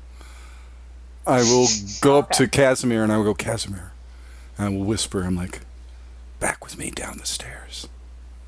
There's just an invisible voice. It is I. Okay, I mean, realistically, he'd probably like slash out wherever the voice is coming from. Would that hit him? Is he like? Sure. Go ahead and make an attack roll with disadvantage. He's still like corporeal, just invisible. Okay. Yeah. So make an attack roll with disadvantage. I'm sorry. Oh no, that was my gun. I'm sorry. This is like really hard to use. Yeah, he probably would just use his gun. I'm sorry if that hits you. It's okay. Did that sound? No, it didn't. Okay. This is horrible. I cannot use this very well.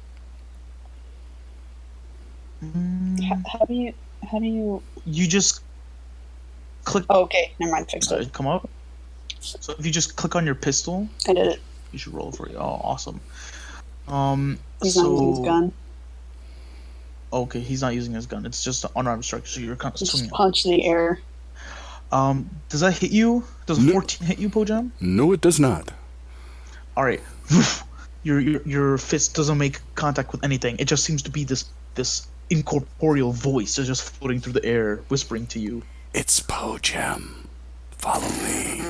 He probably gets irritated, but he wants to make sure his female friends are safe. All right. I'm fine. Don't worry. We're okay. All right. But you guys are rocked to your feet. Why are you coming in here? Keep rolling. Go away, please. Oh boy. Oh man, there's a lot of crazy shit going on. I'm talking to people. No, I know. I'm sorry. Thank you, though. So there's a lot of crazy shit going on because you guys rock to your feet as a sudden impact hits What? this inner building. Okay, bye. Sorry, my brother just. I need Po-jem. Yeah, actually, I need all you guys to go ahead and make a strength check. Great. Strength scenario. Strength saving throw, not scenario. Jesus Christ. Okay. Yeah. Oh man, mine's great. I'm so fine. I'm pathetic. Where's that again? A 10 of 10. I'm pathetic. Okay, got it. So everyone except for Casimir, unfortunately. So you guys kind of stumble forward. Casimir just appearing, you kind of stumble and fall into a pile of books. And so you're prone, but you guys feel this sudden hard impact into the building, and like this small, almost like an implosion, just almost coming from the next room over. So a portion of the wall falls over, actually. Let me see. So a portion of the wall falls over, and you notice that the captain of the guard is now buried in like a huge thing of rubble. Oh, okay. Oh, As long as it's not my he's dead. friends, it's fine. So just like that. This is what it's like, I say.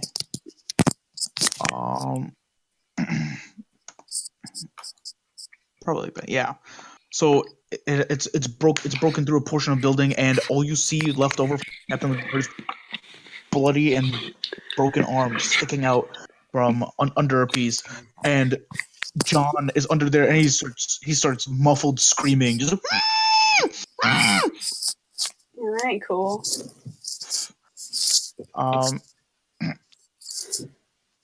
let me see. So what are you guys doing? Trying to protect my friends that said they didn't need protection.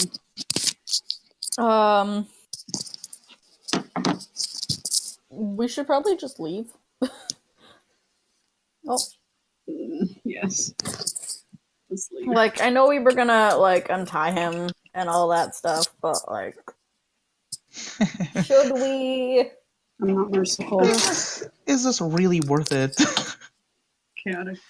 That wastes time, and the more time that we waste, the more times there's a chance that we could get imploded. So Yeah. I only care about you. I say we guys. just book it. All right. So you guys can do it if you choose to do so. So, what are you guys doing? Trying to find a hiding place. Trying to get out, I guess, because this isn't a hiding place anymore. Like try to like scramble over the rubble if there's a hole in the wall. Like leave through the store. All right. All right. Okay. Well, yeah, sure. You know what? Yeah, I'd say you'd be able to climb through the rubble, get through the door, and move down the stairs. Good plan.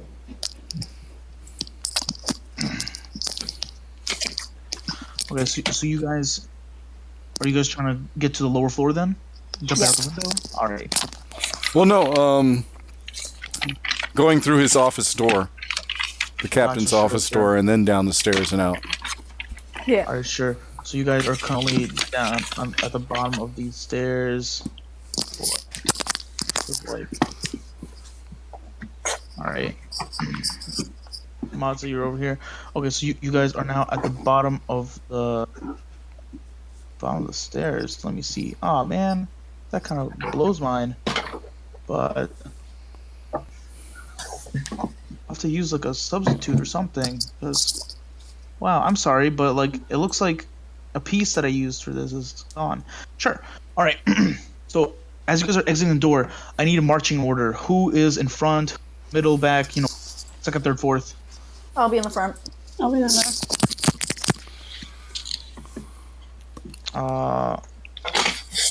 Oops. Ooh. All right. I Would guess there- I'll go next. Would there have been a potential to investigate the captain's remains? Yeah, everyone would have rushed behind you. That would have left you for last. But yes, you can attempt to do. Come on, we need funding. Damn it! This is just a basic. I started good with that 20, and then it's just basic all the way. All right. Yeah. Unfortunately, attempting to look through, you're able to find maybe like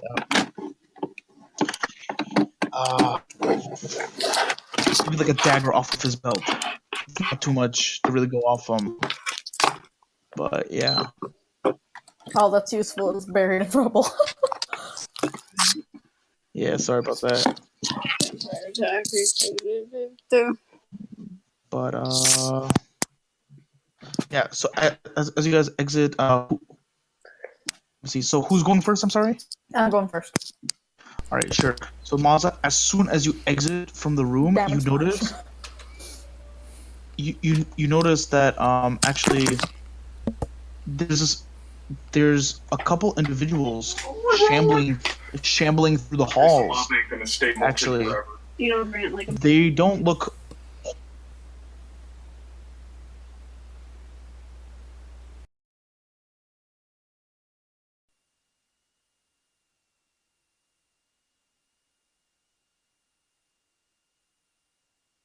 Want to hit? That hits. All right. So I'm back. as it kind of throws its arm back out. hi. Welcome back, Po-jem. As it throws its arm at you, you can 3 points of bludgeoning damage, half down to 1 because you are raging. Okay, that's fine. So it just kind of, and it just turns around at you, confused. Po-jem, Kind of because patted my cheek. all right, so Po-jem, because you are back, I'll allow you to take your turn now. Okay, gonna have to give me another few. Oh, good God, what is up with you? All right, sure. Can I ask a question? Uh huh. Like, how did we find these? Because I was like, somebody came and talked to me while you were explaining how we got here. They were down the stairs immediately when we got down. Just zombies there. Yeah. Okay. Yeah. Zombie time. Really So- rad. I'm having an amazing time. It's not rad. It's scary, but you know. Yeah.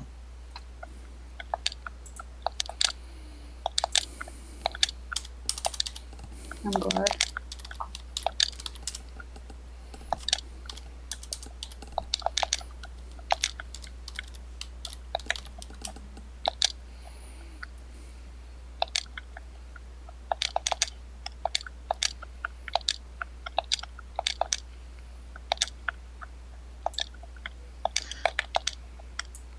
All right. So Po-jem, I'll say it before you come through. Farron, you can take your turn. Yeah, since we seem to be All waiting. right.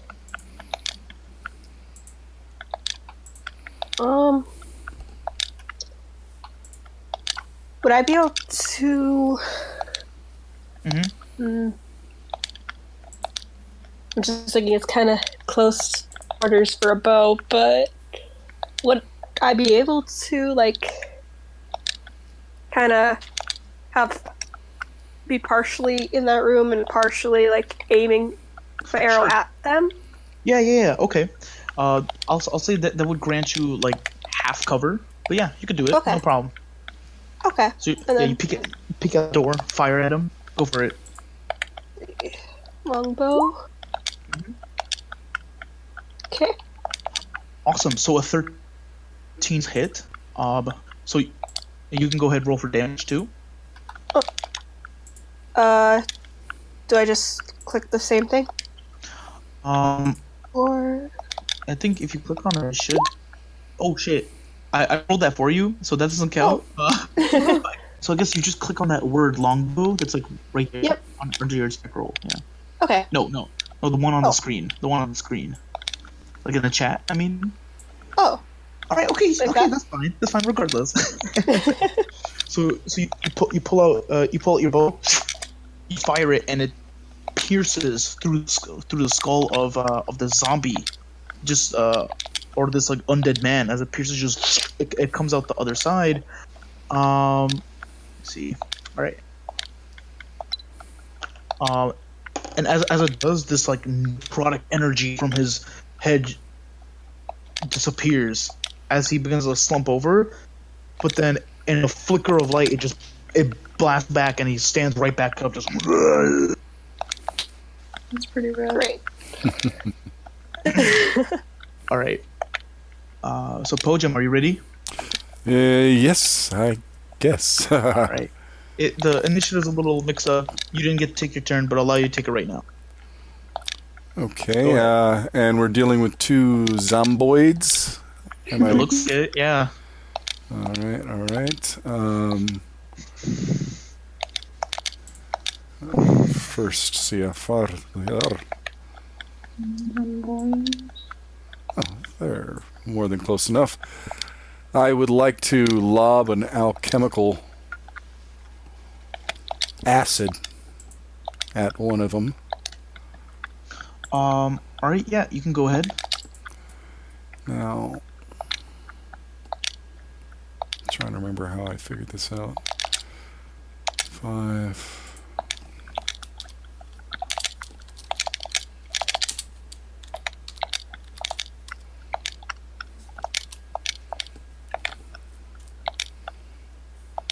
Second.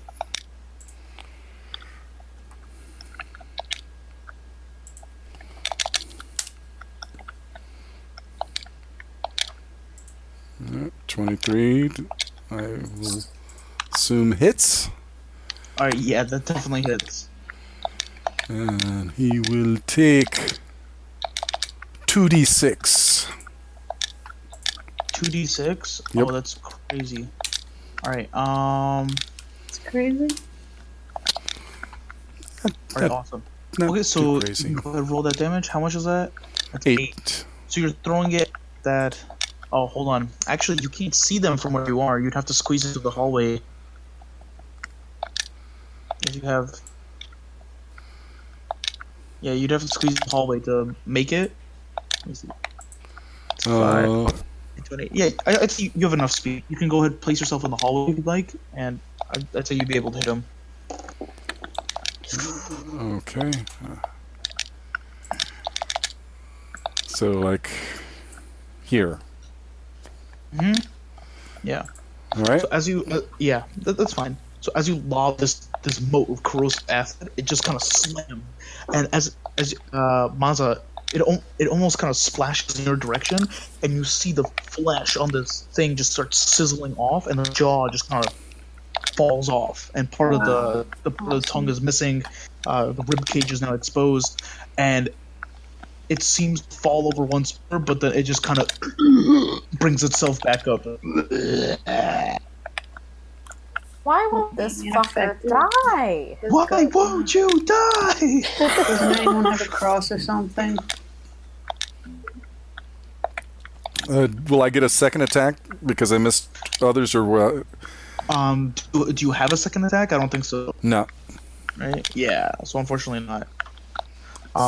So that would be your turn, unless you have a bonus action thing you can. Is there? Let me. I don't think that there's anything I can do. Unfortunate. But, all right. So then, so that's the end of your turn. So then I guess it's only Casimir's turn. Oh, well, wait. I will cast Shield of Faith No. on... Who's in front of me? I am. It's Maza. Maza. I will cast Shield of Faith on the Maza. Because I need more faith. All right. Interesting. Okay. How are you casting Shield of Faith, actually? Oh, wait, that's right. Well, no, I'm visible. I threw the freaking... Yeah, you would be visible, but how did you cast Shield of Faith? Was it through like a magic item or a spell? A spell. Okay, gotcha. Sure. All right. So, Maza, you now almost kind of have this like Mr. Clean sheen. I mean, like it's just like Yeah, so you feel a bit tougher now. Okay, now, Casimir, it is your turn. Okay. So, how many zombies? It's just 2? It looks like there's just 2, yeah. Well, that's easy. Well, let's see. So, we've been trying to hit them. It doesn't seem to be working. I don't have any spells. Just in my hand.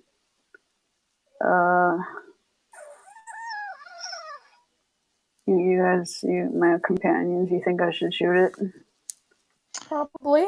You'd have to be able to see it, though, in order to shoot it.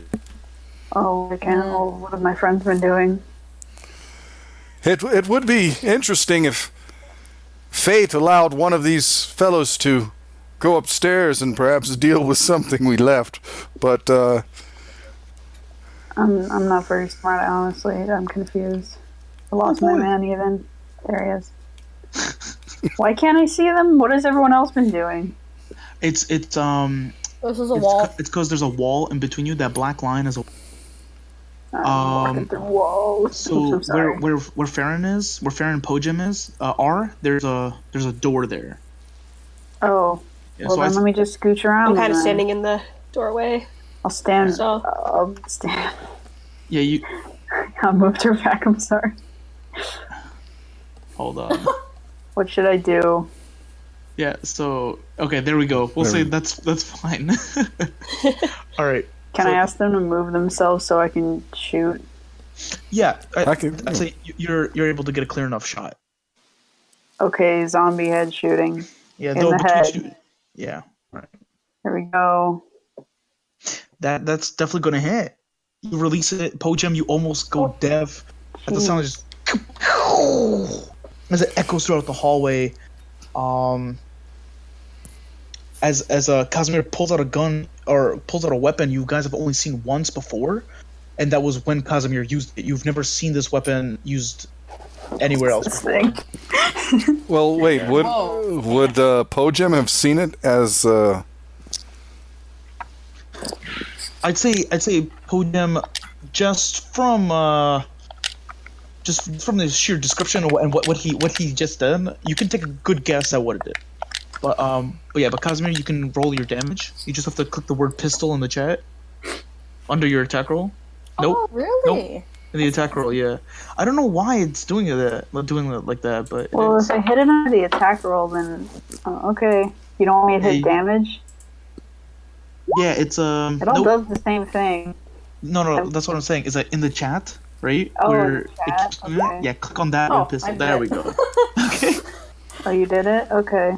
Well, she Garbage, but can't roll the damage for you, so you can roll it. Yeah. just click the attack. You don't like want that. it anyways. Yeah, just click on it anyways. Okay. Hey, it's better than. All What right, is this weird stick that explodes? all right. my weapon? So you fire off a shot. As it does, you guys watch as the zombie's head just kind of just explodes, and it falls to the ground in a slump, finally dying. Cool. All right. Casimir, is there anything else you want to do? I want to ask them if they're alright. I'm hurt. Are they hurt? I got lightly smacked by a zombie. Oh, I'm I'll make okay. sure my friends are safe. All right. Just an affectionate little pat. And is Well, that the like, end of your leave the is that the body. end of your turn, Casimir? Yeah. I'm Right, not so sure with- what else I can do. All right. So at the end of your turn, this second zombie is gonna approach, moaning, attempt to grapple you, Maza. Ooh. So No. Maza, make an athletics check or acrobatics, whichever you'd like. I'm gonna do athletics. Sure. As a Oh, zombie. okay. They really like trying to grapple me, don't they? Wow. No, I gotta That's- save my friend. that- This is making my character angry. I can't believe I rolled 3. oh, Your no, roll but, was crappled, so you got grappled. Yeah. But you were raging, correct? Yeah. Which So means you have that's a 14. advantage. Yeah. Which is luckily for you because I No. rolled an 11. Oh! Yeah. So as it begins grabbing zombie. at your clothing and trying to grab at your horn, you just kind of kick it back. and it's just like. Ugh. All right, So so cool. that's the end of its turn. Now, before we get to Po-jem's turn, however, oh jeez, did I really fucking delete that dude? I really did. Fuck. Regardless, the door outside begins banging Casimir. So Looking through one of the lattice openings, you see more dead individuals outside. Jesus. that's fine. I'll take care of them. Yeah, you see two more just gonna. Actually, not two. You see three. I see. They're crowding, but unfortunately, they don't know that it's a pull door. So you have the advantage there. Find a Just safe the chick's vantage trying to point just like shoot them from. open. All right. So Po-jem, it is your turn. What would you do? I will hit this guy again with alchemical acid. All right, sure. Woof. Let's see what happens. Cast it.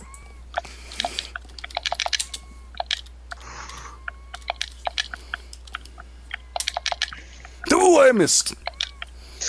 All right. So as you toss it scatters across the ground, and the acid begins just slowly dissolving a portion of the floor. Be careful! Don't step there. Oh, that was a natural one too. Yeah. Wow. Oh man, actually, no, you know what? I won't do it. Maybe the next one, I'll punish you for that. But I know what you were gonna do too. I don't want me. Thank you. so Po-jem, is that your turn?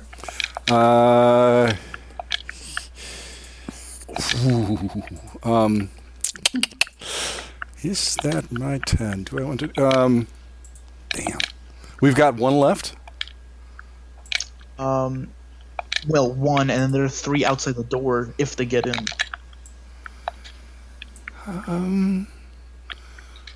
Po-jem will just wait here. All right, sure. So that's the end of your turn. Maza, it's your turn. Can I slash the one directly in front of me? Yeah, go for it. Those rage sight does not make for very receptive people. That's a hit. Ooh. Go ahead, roll damage by clicking the Great Axe tag in the chat. Woo. Holy shit! And that's gonna be the radiant damage, so Yes, let me you add another d6 onto that. do that. +1.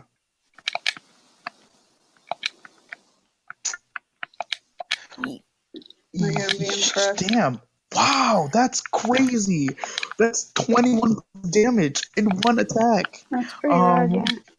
Don't try to grab me. So you completely mutilate the zombie. You slash off its arm and kind of curve the axe so it kind of ends in the stomach and like these organs are piling out. But and the necrotic energy in its eyes is almost flicker, but doesn't go out. Really? Yeah, that was serious. Okay, These are tough sons of bitches. is that the end of your turn? That's all I can do. All right. So, So, Farron, it's your turn. Okay. we don't have any. Since I'm a monster slayer, I get this ability called Slayer's Eye. And it says Yes. starting at 3rd level, you gain the ability to study and unravel a creature's defenses. As a bonus action, choose one creature you could see within 120 feet of you. You immediately learn that target's vulnerabilities, immunities, and resistances. That's Y'all- really fucking handy. Yeah. All right. Fucking Wow. awesome. Gang shit. All right. So that's your action, right? Oh fuck me. Okay. All right. Sure. All right. You got me there. Which is why I allowed you to play the class. But, all right. So you know that. So just looking at this, you've studied them before, Farron. This is definitely some form of undead. It's a zombie, as everyone's probably guessed already. Damage immunities. It looks like it's immune to poison, probably, as the fact that it's already dead. It's not resistant to anything, and it's not vulnerable to anything. Let me see. But yeah, that's about it. It's immune to poison. It's immune to poison, and I'll say it's immune to being poisoned. So, All yeah. right. So do I still get to attack then, or was that my? Yeah, unfortunately, that was your action to do Okay. that. Yeah. All right. All right. But unless you communicate it to your Oh yeah. teammates, yeah, they won't know. Yeah. Zombies. Yeah. I'll just tell them. I guess. I don't. Sure, no problem, no problem. So necrotic damage works on zombies still? Interesting. Yeah, interestingly enough, yeah. All right, so Casimir, it's your turn. Wow, rad. I say that all the time. I don't know why it's funny. I guess it's because you guys are like normal people. Anyway, Oh, Casimir sounds so bummed out. Yeah, it's just That's like me, the that's way not you him. said it. It's your Oh, wow, rad. It's That's like old people. Look, ever since I was a little baby, people said, "Wow, are you sad or something?" No, it's just my voice. that's wild. Anyway, Casimir is extremely impressed. But, And like, I like thinking of Casimir like that. You know, it's like, oh, more enemies. I mean, his I dad like didn't like him. Nobody liked him. He's like, who cares? All right, People so like me. all right, so Casimir, what you doing here? Thinking about how cool Manda was. All right, I'm that'll Slight be infatuation. that'll be your action to do that. Okay. I want to impress her. All I'm right. gonna shoot another Zambo. All right, gotcha. So for Farron and Casimir, make sure you guys keep track of how much ammunition you're using. Oh yeah, okay. Oh yeah. Yeah. So you can go ahead, fire a shot. An 8 is going to hit. That is exactly what Okay, I you was about to say he was distracted thinking about how cool Maz is, but I guess if it But- still hits, then whatever. It is So exactly cool. what you need. It's exactly what you need. Awesome. He just happens to not be stupid for once. Yeah, so go ahead, click on that. Holy shit! All right. So as you fire off the pistol, it kind of just slams into its chest, and you blow a hole right through the chest as like whatever was left inside its ribcage kind of goes out the other side, and it kind of drops to one knee, and then in this flash of necrotic radiance, it gets back up, just. That's fine, I got more bullets. All right. Is that the end of your turn, Casimir? Give me a second. I don't know if I have like bonus actions or whatever. I can look. Yeah, it would depend on your abilities. Yeah. Not really. Okay, so that's your turn then. Before Po-jem's turn, it's the zombie's turn again. The zombie is just gonna attempt to bite at you, Maza. okay. That's a 12. That didn't. Nope, that doesn't hit. All right, it kind of goes to bite you in the same way you grab John. You kind of grab its face and just like shove it back, and the zombie is just like inconvenienced by this. So strong. I'm so happy. So that's that's that zombie's turn. These other zombies are gonna begin banging at the door, attempting to just bash it in. Oh damn! Okay, so Casimir, I fire off the shot, and then Maza's deflecting another zombie. You hear a audible crack in the door behind you, and now audible moanings. What am I gonna do? All right, Po-jem, it's your turn. Okay. Yeah, Some acid, hopefully. go Oh, ahead. just a thing. Yeah. Since I'm raging, don't I get a +2 to all damage currently? Yes, you do. I thought you were. I haven't been keeping track of that. Okay. All right, that's fine. But Yeah. okay, so Po-jem, that will. Okay. Here we go. You know, Po-jem's a baseball player. I swear to God. 5 points of damage. All right, okay. So, as you toss the flask of acid and it just kind of square in the face, It just lands. You watch as a face dissolves into the brain, and then just the cerebral liquid begins leaking out of the front. The zombie hits the ground, dead. It's super metal. Good on you, man. So yeah, so this undead is defeated. Right, is that your turn? Now they're coming in the door. Yeah, I will actually move back into this room. Sure. Okay. And so if that's the end of your turn, Maza, it is your turn. Okay, so there's what's being hit against? This door here? The door behind Casimir. This one over Oh, here. that one? Okay. Yeah. the Then door I behind- will run against that door. Okay. He's Go gonna ahead. say like, no, don't. I'll protect you. Kick Very it good. open, and then immediately attack this one in front of me. You can kick it open. All right, sure. So you just kick it open. It just swings, flying open, and the zombie's almost like scared by this. They're like, oh. You can go ahead and make your attack rolls. Okay. You notice that there was a dog actually right outside this door, but the dog is dead. No! Seems that like it was chewed and like raked through. They killed the puppies. Sad. I'm gonna kill someone. Casimir's gonna destroy the zombies. Okay, well, there we Dog go. killers allowed. 9. So 9 does hit.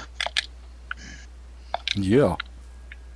Wow, holy crap! Yeah, so you slash through it with an extra +2, so that's 16 points of damage. And you roll another d6 +1. Damn. this is great. Path of the Zealot. Yeah. All right, awesome. That's Okay. 22 points of damage. yeah. So as you slash through it in one hit, Casimir, you watch as a zombie just kind of like it looks up, and these cracks of white light kind of begin crawling up its face and body, and it just explodes in a flash of light. Wait, why am I watching this? Because you're right next to Maza as she cuts down the zombie. I'm watching Mazda and thinking about how cool and tough she is. I'm amazing. So Maza, Casimir loves you. you've obliterated this monster. So cool. All right. Farron, it is your turn. Okay.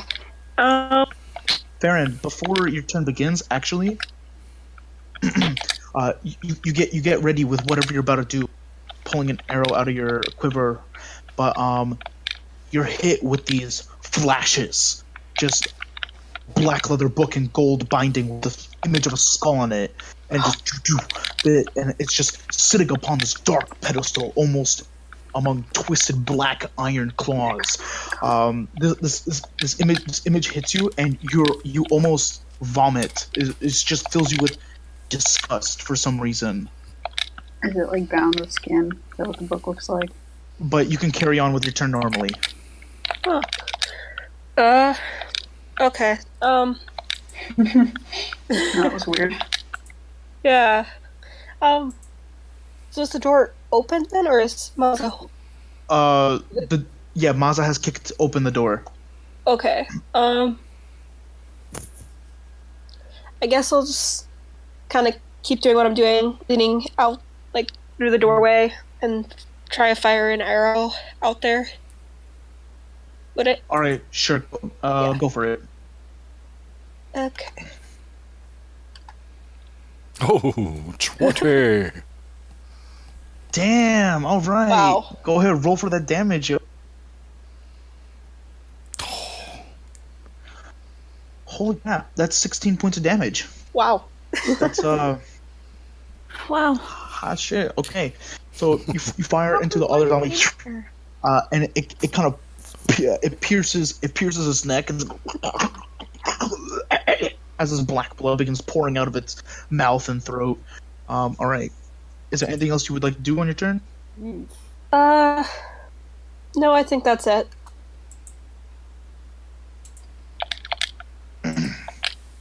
All right, so that's your turn.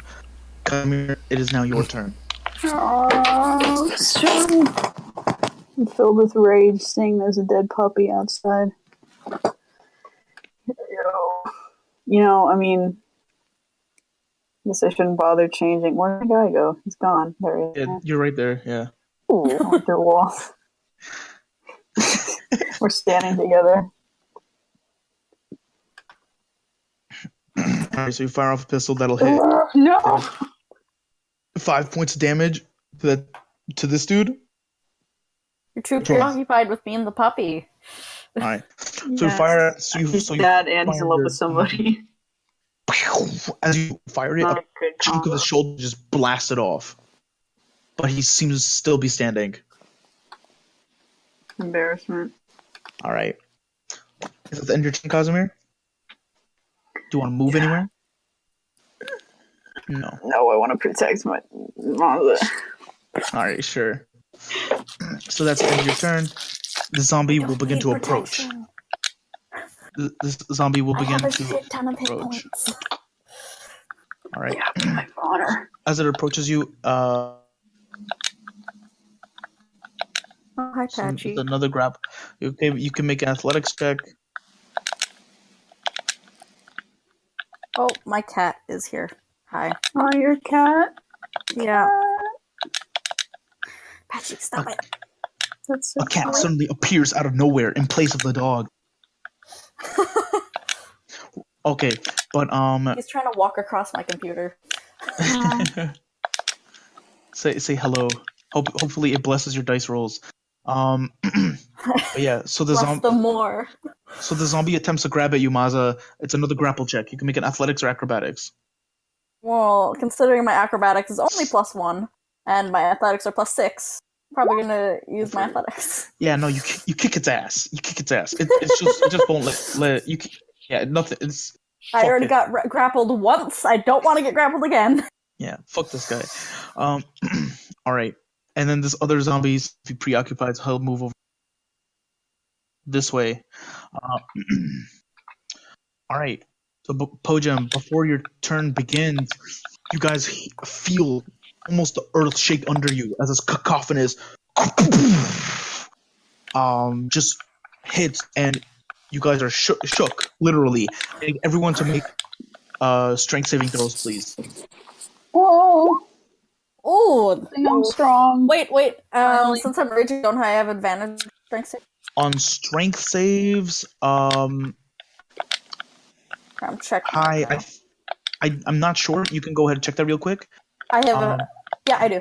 Strength checks and strength saving throws. All right, great. Okay, so that's 25, and I need one from Po-jem, please. All right, great. Oh wow. Okay, so the zombie that's standing in front of Maza fails.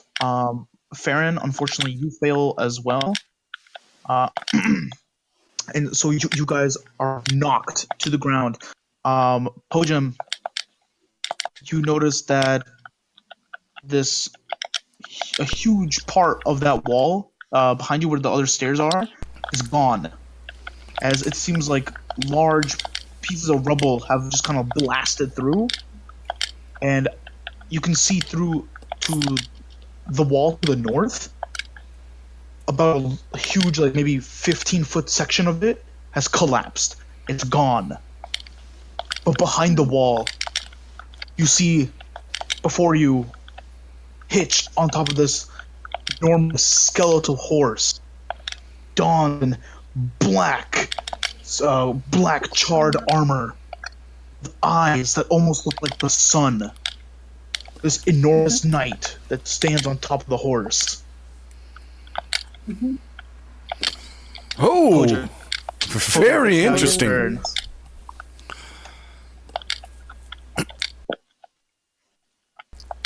Is now your Friend Farron, that is a very scary and intimidating fellow right there. Yeah. I do not hazard to guess his intentions, but I don't think they're good. So I'm going to move past you here and go this way. And from here, I will deduct my investigation onto his intent and nature. And awesome.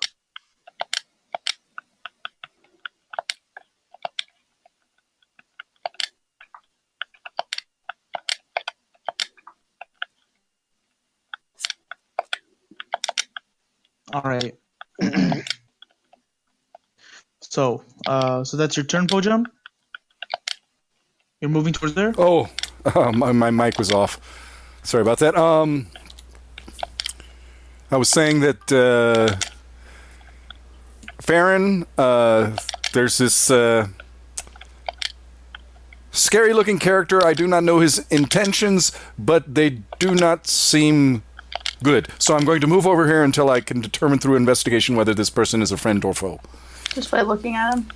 Okay. Or by him attacking one of us and therefore... And I will throw a vial at one of the dudes in the doorway. And it will be alchemical fire this time. Okay. I can't find a good mini for this. Oh, actually, wait a minute. I can draw it for you. No, it's going to be acid. Unless I pay money, like, Roll20 won't let me put in awesome shit, yo. And it's like, fuck you, Roll20, and your I know, corporate right? needs. Awful. Yeah. Good crap, man. I can't roll with these 2d6s. Okay, 5 points of damage to... Fellow in Alright. front of me. Yep. As you toss this acid, Po-jem, the acid just seems to corrode through the entire being just enough for the necrotic energy to fade, and he's dead. Wow. Hey, good job. Good job, my Yeah. companions. Alright. So, Po-jem, that's your turn. Maza, it's your turn. Okay, I'm going to move that way, and we're gonna turn that way, and I'm gonna hit him. Alright, great, go for it.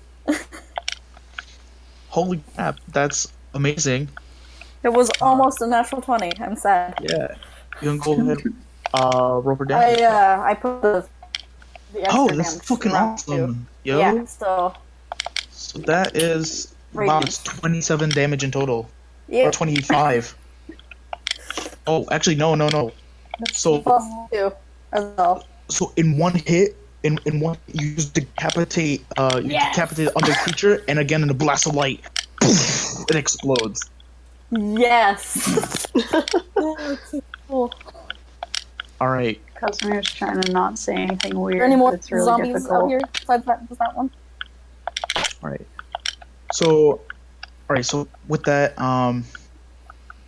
Maza, is that the end of your turn? Well, I can't really do much else, so yeah. Alright. So, okay, so at the end of your turn,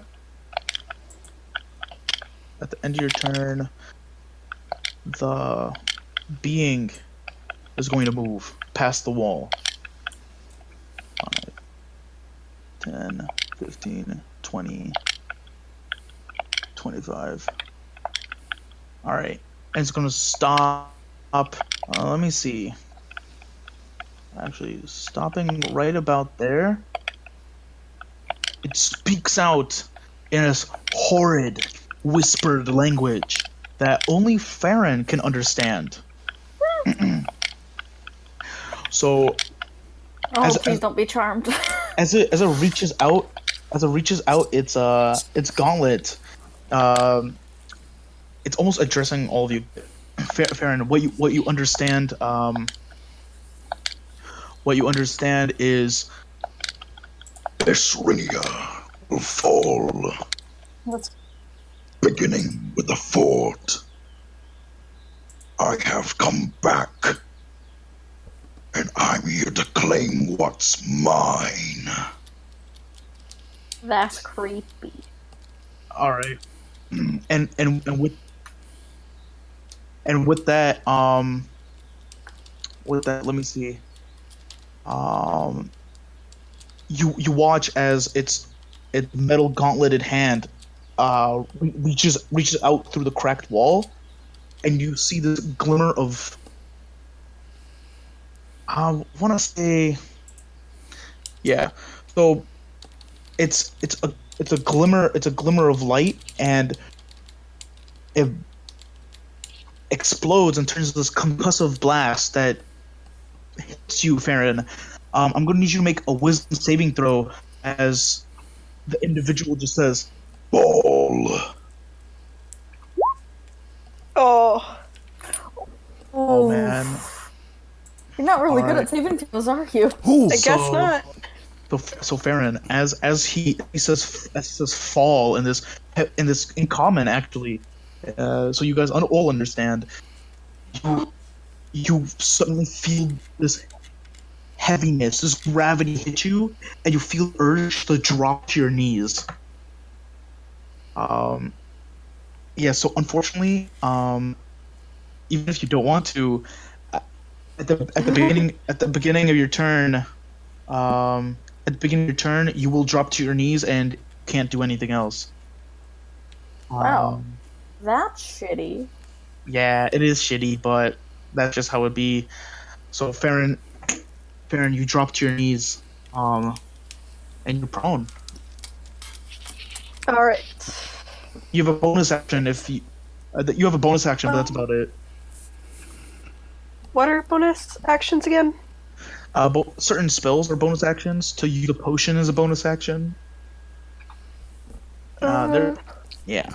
you can have a feat that allows you to do some type of bonus action. Yeah. Did we even take feats? No, it's unless Yeah. we're a variant human or if you hit level. Yeah, that's about it. Yeah, I don't really have anything. All right, gotcha. So, So that's your turn. Casimir, Yep. it's your turn.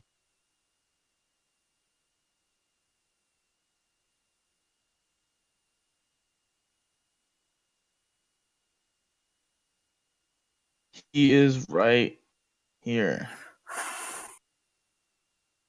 Near the top. Well, I guess I'm not allowed to see him then. Yeah, you definitely heard his bellowing voice, or its bellowing voice, but I'm you angry. don't see them. I don't see, but I'm Yeah, angry. so you can run in the direction of this thing. Yes, I would like to. I would Right. like to look for it so I can shoot at it. All right, sure. You can go ahead move your character to a place you'd like within 30 feet, and you Where can is go the ahead and voice coming fire off from? a shot. It's coming from the north. Okay. I'm running around like a madman. Crazy. Oh shit! I think that's way more than 30 feet. Yeah. Sorry, I wasn't being serious. I was just kind of running around. Oh, gotcha. Yeah. I'm not used to using movement in D&D for real. Oh, actually, no. Actually, I think you can move that far with 30 feet. I'm angry. 5, 10. Angry cause I'm running 20. around. I got a 22. Yeah, actually, you can move right there. Okay, with the pistol, so you run around the building. Go ahead and roll for damage. Okay, so as you fire off your pistol, the bullet pierces through his armor. Actually, it pierces through a piece of his chest plate, and it just kind of goes, and you can hear it ricochet on the inside. You can hear it ricochet on the inside, and he does not budge. As it goes right through his chest plate, the helmet just hollowly turns to you, and these deep red eyes are just locked on you now. Can I yell at him? Sure, yeah. Alright, give me a second. This isn't really going to be funny or worth anyone's time, but...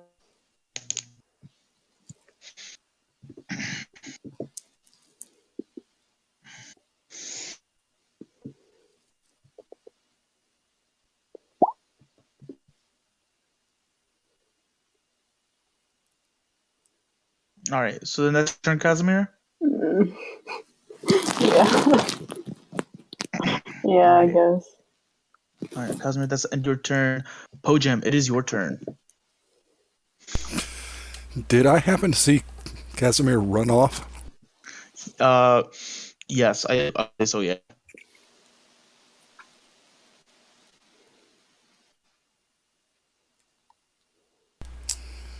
Okay. Shit. I heard that booming voice. So I'm going to run out here. All right. And yell at Casimir.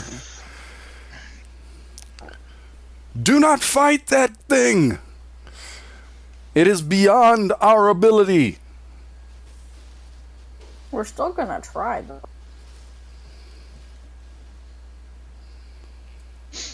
If you if you haven't noticed, this fort has fallen, and the soldiers with it. He yells Caspire's something. just yelling in Russian. He just yells something in Russian. It's like Don't call me a bitch. I know Saika. I know that word. I actually used it in a script as a little kid called his mom that on the streets in Russia. All right. I So, was trying to write Sukuflia, but I couldn't find it, so something else. all right. So, No, he's not calling you that. He's yelling at the guy. all right. So, I don't know that you're yelling at him. I think you're yelling at me. I'm like, well, what did I do? You just hear some like gunshots and some screaming in Russian. I imagine that scene from the Monty Python the Holy Grail. Now, okay, or I will insult you a second time. I fart in your general direction. All right, Po-jem, that's your turn. He spent it yelling at me. You can choose a dash as your action. No.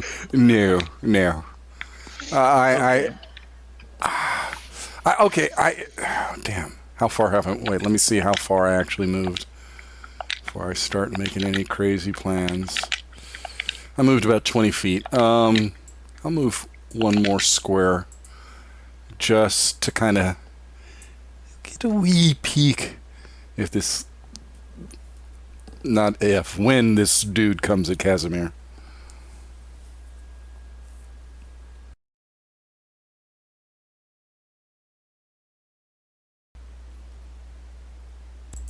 Or Maza, you can get an attack of opportunity if you like. If you still have hit points. I still have hit points. Yeah, I'm okay. I have like 19 hit points. Sure, so you can make an attack of opportunity against it. No, that. No, doesn't- unfortunately, that does not hit either. Actually, stop Swing walking on my past. computer. It's this initial hit surprised you so much that you weren't quick enough to swing back at it, and you just whiff it. Yeah, almost, my insides. yeah, almost cutting Casimir actually, but it was, you were okay. I lost like over half my hit points, and that when one. Yeah. Casimir, you can go ahead and make an attack of opportunity against it if you like as well. I just want to You're help my better friend. than I did. I think he knows he would die, so... Well, you can use your reaction to attempt to get a free attack. Yeah, attack him. Okay. It's not gonna work. I want to save my friend. Okay. It's just a reaction, so you don't lose anything from it. Alright. Alright. Here we go.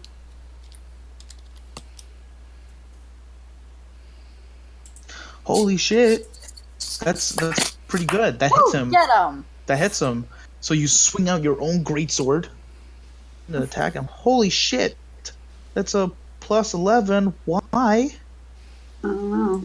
Why is that plus 11? Oh, gotcha. Because it's doing the critical thing. No, it's not. It's this. We're not counting the critical hit. It's just the one hit. No? I have improved critical, though. Oh, Does that shit. count for You? anything? Yeah. What did you roll? 18. Wait. Improved critical, that only goes from 19 at level 3. Okay. Oh yeah, I did the Yeah. math wrong. Sorry. Okay, go ahead. It's alright, it's fine. He still really takes angry. he still takes 8 points of slashing damage as you seem to dig into it, but he doesn't seem to flinch from it. Well, fine then. I'll keep the sword in there. I don't have to take it back to him. Oh, you Probably just wants- leave the sword inside of him? No, he's gonna follow behind, just like mashing the sword in there as much as Oh, possible. gotcha. Alright, gotcha. He wants to curse out the guy again. Alright. Farron, it's your turn. So am I still prone, or how does that work? You are prone. You can use half your movement to get back up, though. Yeah, I'll do that. Alright, cool. And then, You get up. The individual is no longer there. They seem to have moved. okay.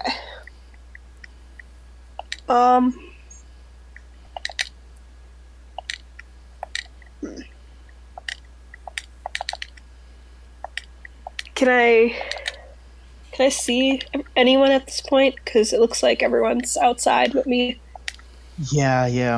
You can't see anyone, really. Everyone does seem to be outside. Okay. So I guess I'll move to this doorway and just kind of peek out, see what I can see. What's going on here?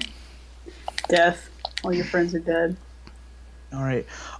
You can see the bunch of dead zombie bodies, the dead dog. You can see Po-jem, and then you can see this large black jewel that you saw before now approaching in this direction. And Cosmere is stuck to its back, just mashing the sword in Yeah. for whatever reason. Yeah. That dude's right there. Removing it. Yes, that dude's right there. Scheiße. And he's heading towards me and Po-jem then? Basically, in that direction.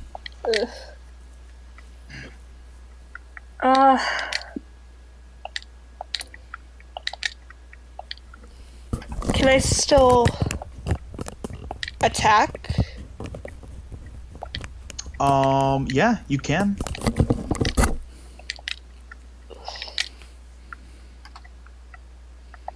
I suppose I'll try to fire an arrow at him. Oof. Alright, go for it. That's gonna hit. That's good shit, yo. We're gonna kill him? No. Probably not. You don't know. Maybe. Cosimere's crazy. Maybe. Wow, that's 10 piercing damage. Alright, awesome. So If The he arrow thinks goes he's flying. not caring about us hitting him. it pierces through his breastplate, and it seems to have enough impact that he kind of like, he moves a little bit, but his head is just set forward. and he takes step after step after step. He's like, What are "Who's the throwing odds that that there's piece of paper nothing at me?" inside that arm? Well, that's a Dark Souls boss, so that would make sense.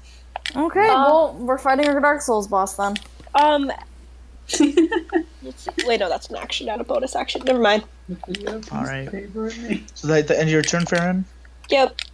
All right, Casimir, it's your turn. Do I have to roll if the sword's still there? Nah. Okay, I guess I fell out. I'm an angry boy. He's still walking forward without caring about whatever I'm doing. I'm gonna. Whoa, Massi, your person is like all flipped over. Yeah, I angled myself, so I'm looking at him. Yeah. Oh, wait. Okay. It should be the other way.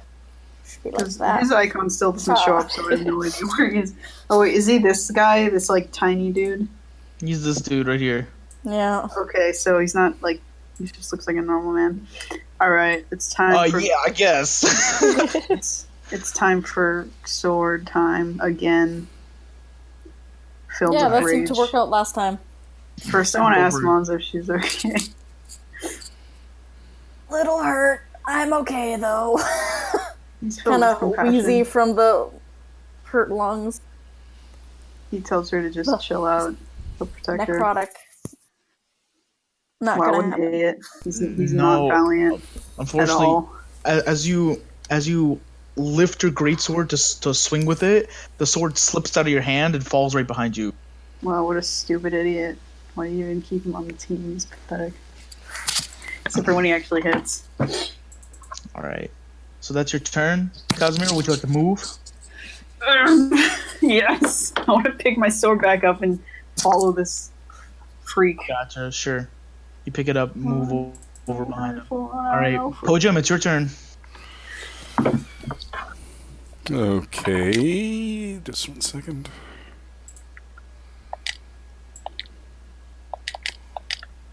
I do not even remember what I was looking up. Okay,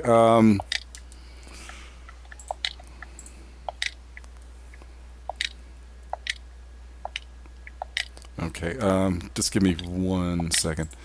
I'm just trying to just see. No, I already know the answer. I see that Maz's wounded. Mm-hmm. Casimir's still up and standing. Yeah. This. I mean, I'm up and standing too. And he kind of whooped a little ass on you guys, and now he's just He's just like, okay, I'm cool, and then is now walking towards me and Farron. Is that right? Yes, in your general direction, that is correct. Well,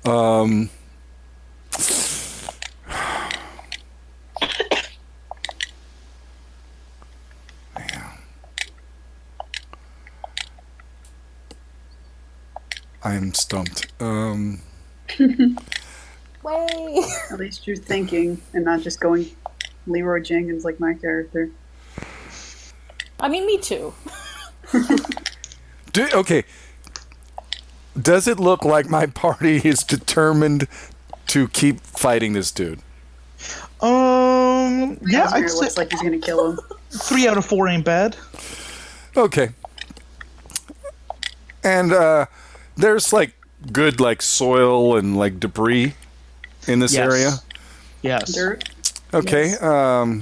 Rubble, dirt, dead You gotta find bodies. something. All right. I gotta pull up the notes for this because I'm going to use one of my newly acquired Po-jem specials. Yes. Awesome. Yes. I'm so excited. Kill him. Roasted vegetables. Roasted vegetables. No, I said roasted vegetables. He's asking about if there's soil. It's clear he's gonna garden something real quick. Roasted vegetables are good though. He would have never expected. My Okay. fresh petunias. Po-jem pulls out from his satchel. It's a cylinder, like a glass, Yeah. thick glass cylinder, like about a quart in size, and it's today it is filled with a brown liquid, Sure. and I will take it and I will go. I think you should try. You might be interested in this. This is Po-jem's elemental construct jelly, and I smash it on the ground. Wait, you're talking to him? Yeah, and Such a nerd. and then I move and it's like, tell me your thoughts after the experience, and I'm like, what? Alright, gotcha. So, what is the damage type you choose? It is a creature of earth, and So- it's composed of earth. So You want to do like bludgeoning? yeah, okay, bludgeoning, and Sure, gotcha. Excuse me. yeah, I guess you would choose the random animal type, like it's a monkey, it's a dog, it's a whatever shape it's. It's a slime.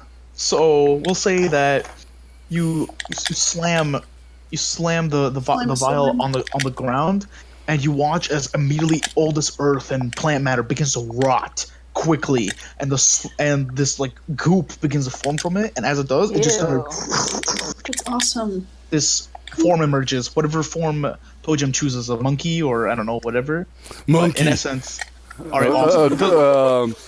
It vaguely resembles a monkey. I think a gorilla is a CR1, so it could be gorilla size. So Maybe- gorilla tear Well, apart either way, this guy. either way, it's just flavoring. Yeah, it's just flavoring. It's a very large ape, and It's got Ooh. and this gorilla made of just like earth, mud, yeah, muck, just kind of appears. now is this dude on a horse? No. He got off the okay, Yeah. and I'm like, monkey, climb. Climb. Yeah, just So it's just the just like go over there and just climb and grip all over that dude, and then when it's got its hands on it, just start beating the shit out of the dude. all right, so it's gonna make an attack against against the knight.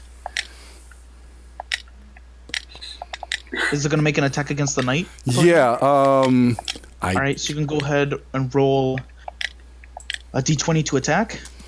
Okay.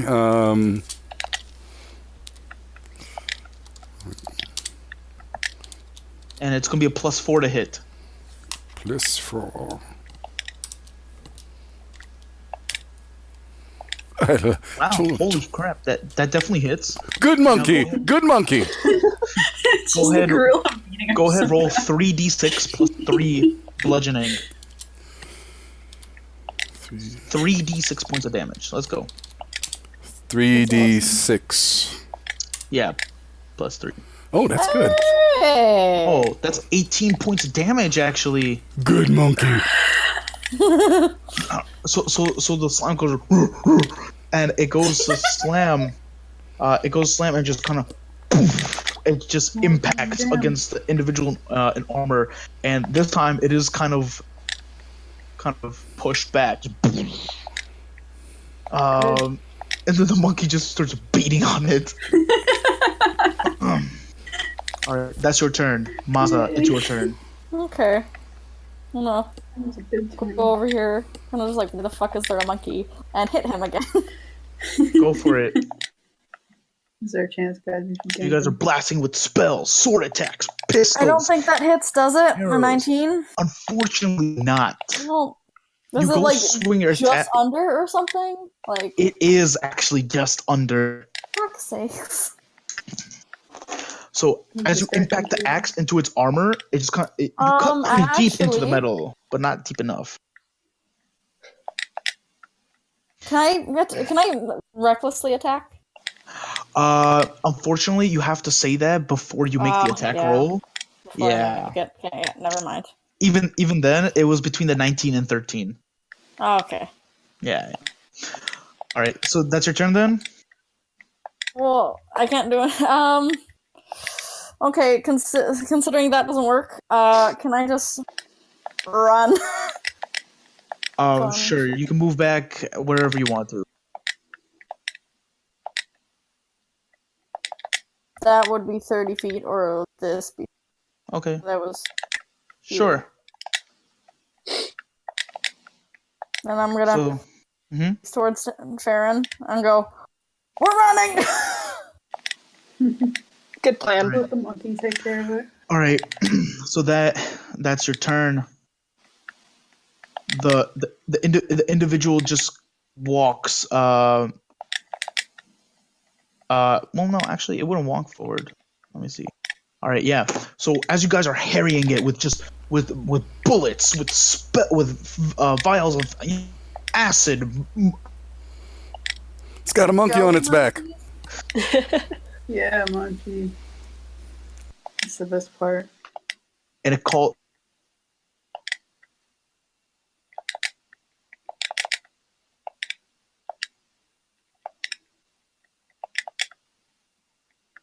By the pests of the living. Oh no, what happened? You watch as both his hands come together, and wisps of shadow and this different kind of energy begins swirling in between his hands. And Casimir, you almost feel the ground slightly vibrate around him, and Was it gonna be more fucking zombies? This and is AoE attack, run away, rips please. it apart. I need. Let me see. That's everyone needs to make a Constitution saving throw. Oh, good thing I'm a big as- strong man. As he explodes a 30-foot radius. No! It was the AoE Hey! attack. I was right. All right, Casimir, you save. Maza, you fail. No! Yeah. Aaron, you fail. Po-jem, you fail. Yes, sir. The wall fails. Any of the undead fail. Whatever living guards in that 30-foot radius fail. No! Um, It's alive. this is a lot of dice, y'all. Oof. Oof. Okay, let's go. Okay. So, everyone takes 16 thunder damage in this cacophonous explosion as the ground apart and begins ripping apart. Casimir, you only take 8 points of thunder damage. But, Okay. Could I have tried to like shield Farron a bit from the blast? I guess that works. yeah, you could attempt to. She's still going to take the full damage, but Yeah. And then you guys take. And then you guys take 14 necrotic damage. Casimir, you only take 7. I'm out. I'm out. Oh, I'm dying. I'm crying over my friend. Po-jem is out. Damn. And Casimir, are you out too? I have 3 HP. Right.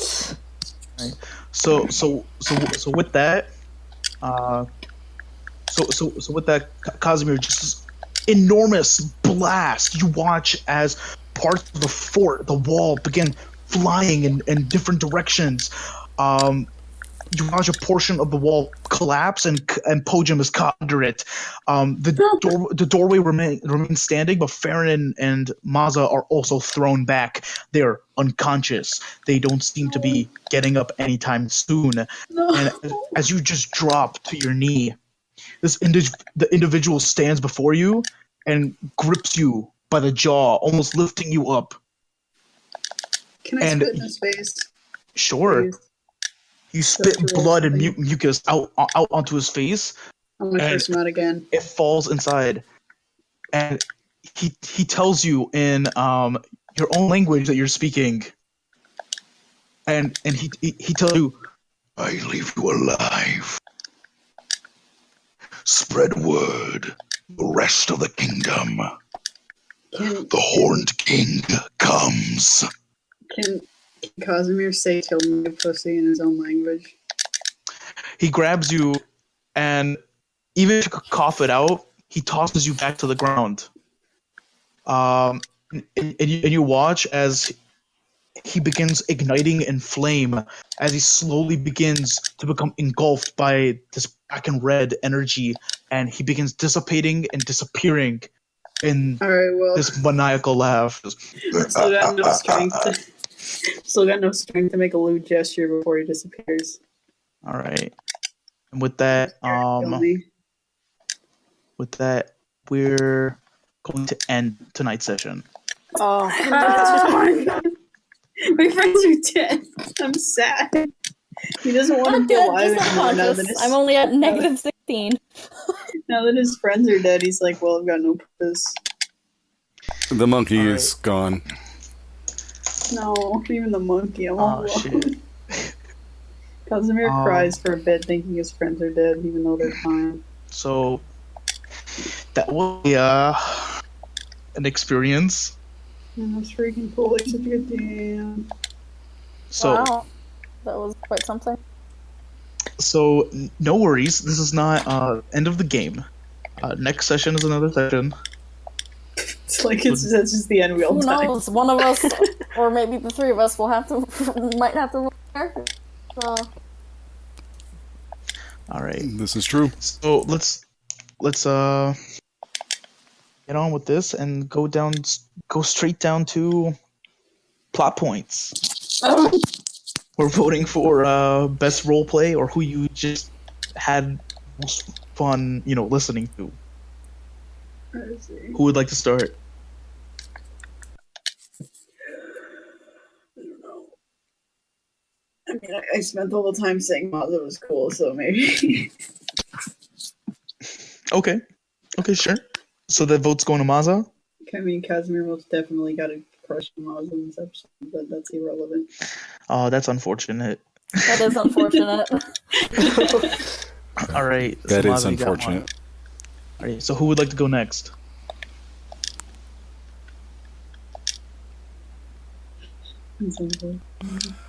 I will go Maza for the persuasion of a douchebag young dude into getting us where we needed to go.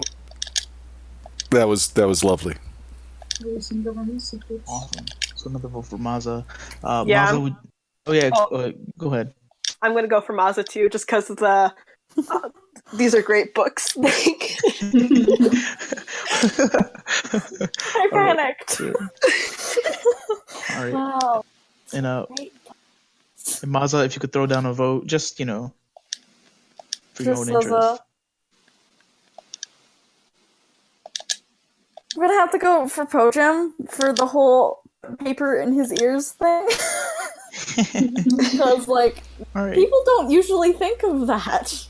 Like, put cloths in the ears. Like, What was that for? I don't remember that part. All right. So overall, yeah. So I guess Maza is our new plot point winner. Plot point prize. I really liked everyone's role playing tonight. It was pretty awesome. It was good to hear from Tapioca, in person. It was I thoroughly enjoyed it.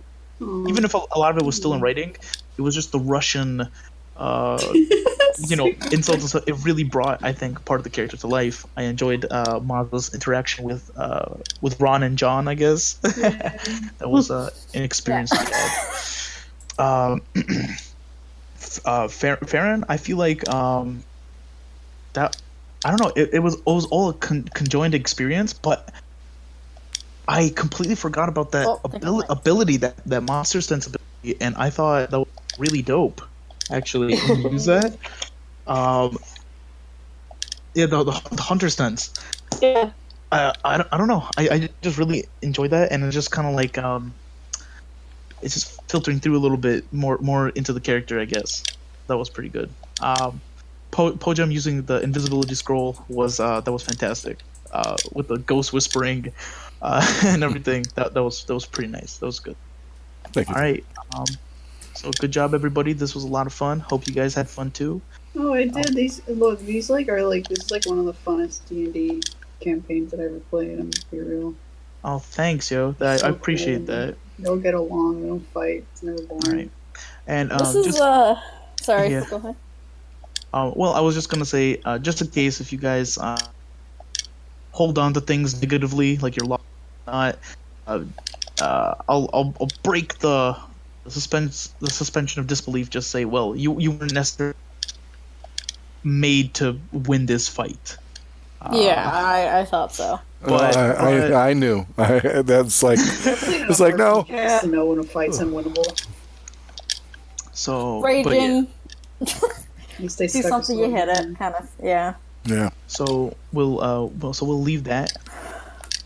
You guys should draw pictures for Yeah. this campaign. And please. before we all go, Yes, more pictures, Tap. Not just yeah, me. You more guys have to pictures. draw too. Yeah. But this is the first campaign I've played as a player, and I'm actually quite enjoying it. All right, that's good. This to is my hear. first campaign I've ever played, and I'm enjoying it so far. Okay, that's awesome. That's really good to hear, especially because we had the 3-week break, and then I know some people were considering not playing anymore. So I'm great we were able to pull that back together, and you guys are thoroughly enjoying it. Yeah, thank you, Show. No Forgot problem. that it was all gothic and cool for a while. Now I'm like, oh yeah, this is the gothic one. Thank you for your hard work. Really No appreciate problem. it. I'm Yeah, trying. you work so hard on this, and it's wow. Yeah, it takes some time, but I know that too. Dungeons and Dragons is my addiction. This is my horrible. I'm not gonna have a family or children because of this game. You're not 40. I mean, I don't know how old you are. But That's true. you show All right, up and for so with the- that, we're gonna end there for tonight. You Bye-bye. guys have a good night. Hopefully the snow doesn't have you in too bad. Oh, we yeah. got like 2 Ooh. feet of snow here. Goddamn. Yeah, we Maybe a had little a bit. whole day that was basically a big blizzard and everything was shut down for a day. That's And crazy. I live in the shit. north, so I live We don't have I live in snow New here. Jersey. I live in New Jersey. We got 40 inches. I live in Canada, so Fuck. That's we insane. got a bunch. Yeah. That's- I live in North Dakota. Nothing shut down because we're Damn. quite used to snow here, but Gotcha. Yeah, we are too. Like usually it has to be really bad for like them to even cancel school, but like they didn't Yeah. advise any travel or anything. Damn. yeah. Well, I'm in California, and ain't no snow here. Yeah, well, You guys have a good It's week, starting and to I'll melt talk to you away. guys next week. All right. Later, brother. Show. Bye. Peace. All right, ladies, always a pleasure. yeah. That was some good stuff. Yeah, it was great. Even though we're technically kind of dead right now. Yeah. That sucked ass. I was just like, okay, let me just get to the back of this building and then I can get the fuck out. And I just didn't make it. Yeah. Yeah. Like, I went over to attack him thinking I'm just like, oh, whatever. Half damage, and then he hit me with all that, like, necrotic, and I was like, oh shit, I'm dead.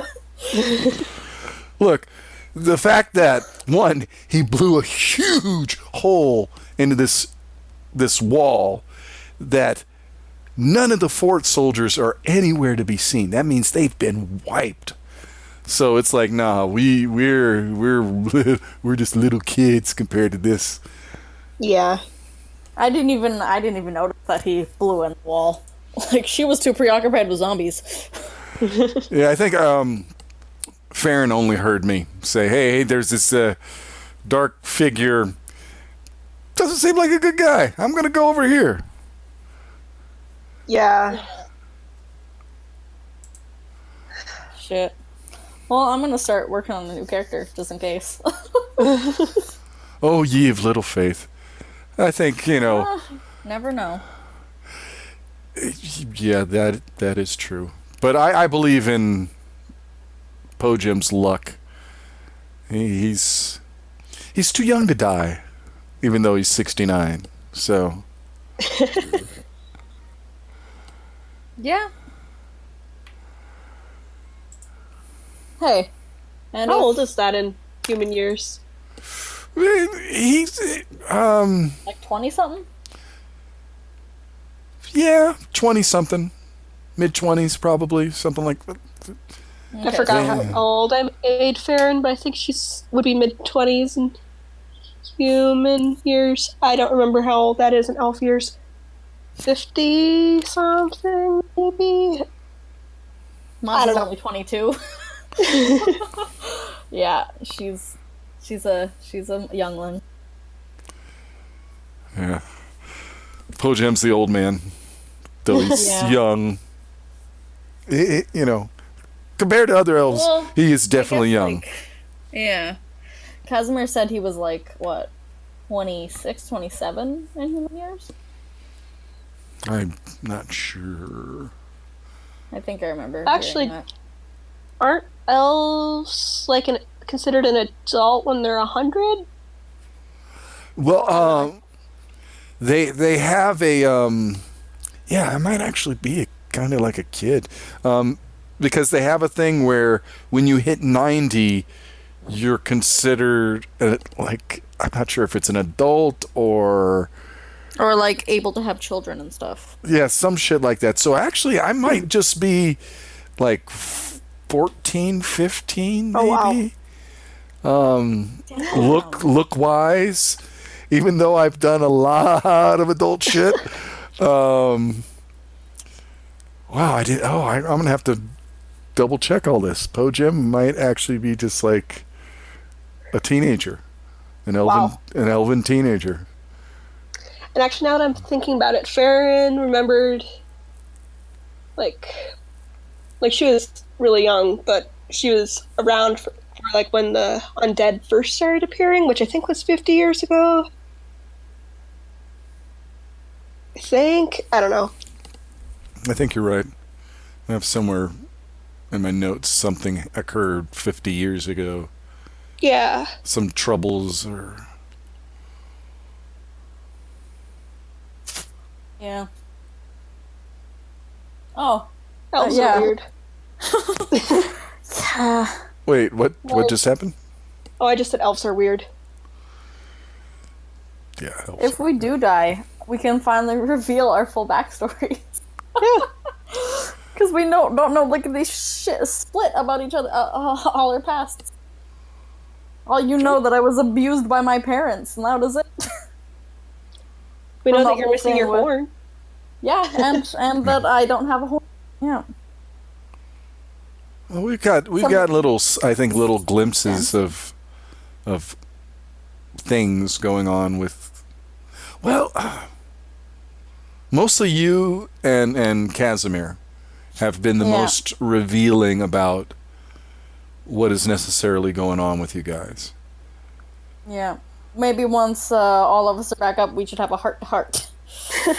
You know what? Actually, Po-jem was thinking that this was going to kind of be our little test together, and that Yeah. he needs to kind of fill you in on parts of his life so you're not like blindsided by some shit, and he hopes that you guys will be as forthright. We'll see. Yeah, exactly. Maz's been in the pages longer than you guys have. She's seen some shit. Well, I'm just at the part of my notes where Po-jem has, for the last 2 decades, seen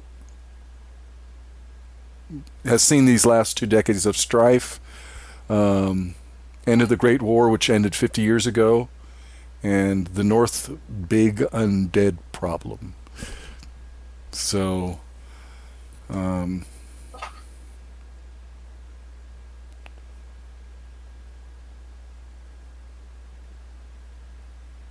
corroborate. Oops, go ahead. Maz is tall. Maz is taller than I thought she How tall is Masa? was. Oh, she's 6'4". Really? Yeah. Because Po-jem's 6'6", so... Holy shit. We're right close in height then. I think Farron is around my height, maybe a little taller. I think I made her like 5'5". I don't know. I kind of envision Farron around like 5'5" to 5'8" in my mind. Yeah, something like that. I don't remember where I put that information. And I think Casimir is like 6'9" or something like that. Like, we're all really Wow. tall. Casimir is 6'8". 6'8". I was close. Actually, Po-jem might be 6'8". Because I thought... Why are we all so I'm the tall? shorty here. Oh my god. Welcome to the life of being short. We've been expecting you. Well, I'm short in real life too, so Oh, I'm used me to it. myself in real life, I'm like 5'3". So I'm like barely 5'4". I come from a wow. yeah, and I'm taller than my mom and my grandma and most of my family side, Wow. except for Wow. my dad's side, who are really tall for some reason. Yeah, I'm the shortest one in my family. Besides my great aunt, who's like 5 feet even. And she Yeah. will fight to the death to say that she's 5'2", but no. Yeah, my mom is 5'2", 5'3", and she just is mad at life for making her short. She just wants to be tall, and I'm the tallest in my family, at least amongst my siblings, at 6'2". Oh wow. So I'm among the height enabled, or what, the taller folk, the ones that hit their heads on things. We're part of the people who can't see things. Well, like, I'm going nice. to a concert in a few weeks, and it's Oh. going to be like ground seats too. So I don't know how I'm going to see anything. Have someone put you on their shoulders. Oh no, I'll just stand on a chair. Yeah. Can you see me? Oh. I'm looking at my notes, and apparently I was originally going to make Farron left-handed. Oh, I don't know if she is or not, but I don't think it's come up. Yeah. I have that in there, but I don't actually have her height in here. Wow, okay. I got my notes. Maza. Mostly blue and black. Female tiefling, barbarian, one broken horn. 24. My own parents almost something at the stake. Burned me at the stake. That's what it was. Punches tree, bleeding hands. Sits against tree sobbing, pulls silver ring out, puts on pinky finger. Farron.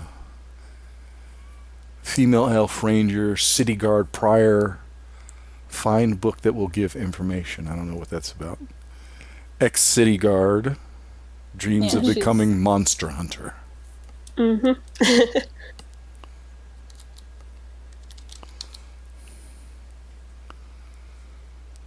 And Casimir, male, big, strong fighter, newest, saved in snow. I feel like my character has like the least interesting backstory, but I kind of did that on purpose because like you rarely see a character that has a somewhat normal backstory. Right. Yeah.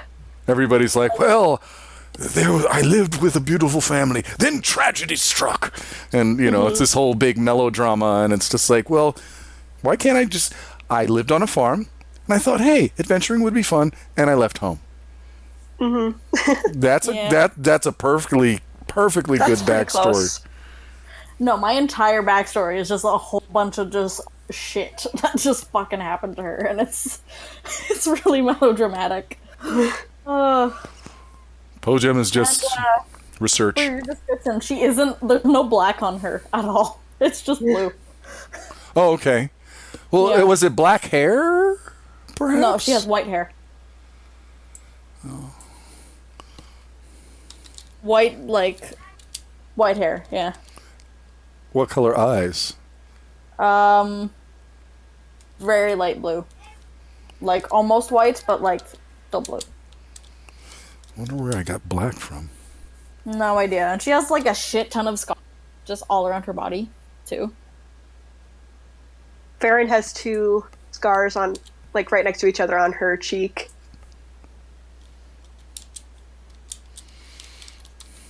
For a mysterious reason. Whoa! Which It's cheek? probably something, like, simple that you just got punched or something. You're not wrong. It's close. Which cheek is the scar? See, it would be her left. Oh, also, I changed the picture I've been using for the game, too. I don't know. Yeah, Did you guys I saw notice? that. Yeah. She's wearing clothes now. Yeah. Oh, yeah. I did notice that. It's like, wait a minute, that's different. Yeah. Well, Po-jem's pretty straightforward. Tall, lanky. Has his robes. Though, with you guys hanging out with him so much, you know underneath his robe he's wearing armor. Metal armor. So he may look like, very easygoing, but no, he's like, no, you're not going to fucking hit me. Oh, also, Farron has a couple piercings in her ear, but that's... Yeah, Not I went back to the thing, so I see them.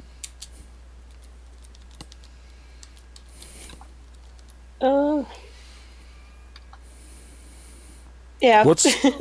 And Farron's hair is short. She keeps it short, right? Yep. And Maz's is kind of flowing, right? Yeah, it naturally kind of just, like, sticks up. It's like Loki always on fire. Especially when she's raging, it just goes poof. That's a cool image. Blue with white Did hair you and draw light that blue. picture? Did you draw that picture? No. Ah. Just Cool, kind though. of like, hey, this is cool. I'm gonna do a character based on this image. So I did. Yeah, it's really cool. Yeah. It's kind of a great idea, you know, when you're lost for an idea for a character. It's kind of a good idea to just kind of go grab some pics of some cool looking things and just go, oh, okay, I'll be that thing. What is that thing? Yeah. I knew it. I knew I wanted to make a Tiefling barbarian. Okay, do I have any pictures that would fit? And then I found her. So I was like, oh, yes. There's like an intense backstory about how she lost her and everything like that. Ugh. Like, I didn't think, like, first going into this, that, like, this was all she was and blah, blah, blah. But, like, through all the questions that show's been asking, she's gotten really well developed. He kind of comes to it pretty naturally as he's sitting thinking about where his game is growing and going. He's like, well, he asks those questions, and as he's talking to you, you can kind of hear the gears kind of going click, okay. And he immediately is like, oh, well, that will lead to this. And, oh, she has this. Oh, so that could lead to this. Yeah. And all of a sudden his world, you know, the more we give him, the more he questions us and we give him those direct answers, the more his world just becomes more our world.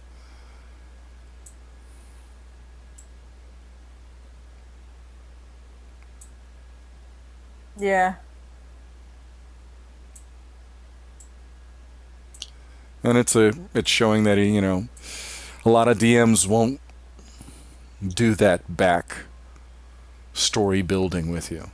You kind of get that rough block, and that's about it. And every time he asks me a question about Po-jem, I'm like, okay, what the fuck is he about to do to Po-jem? Am I about to give him the information to seal my character's doom? Yeah. I was like, I wonder how this will pop up later.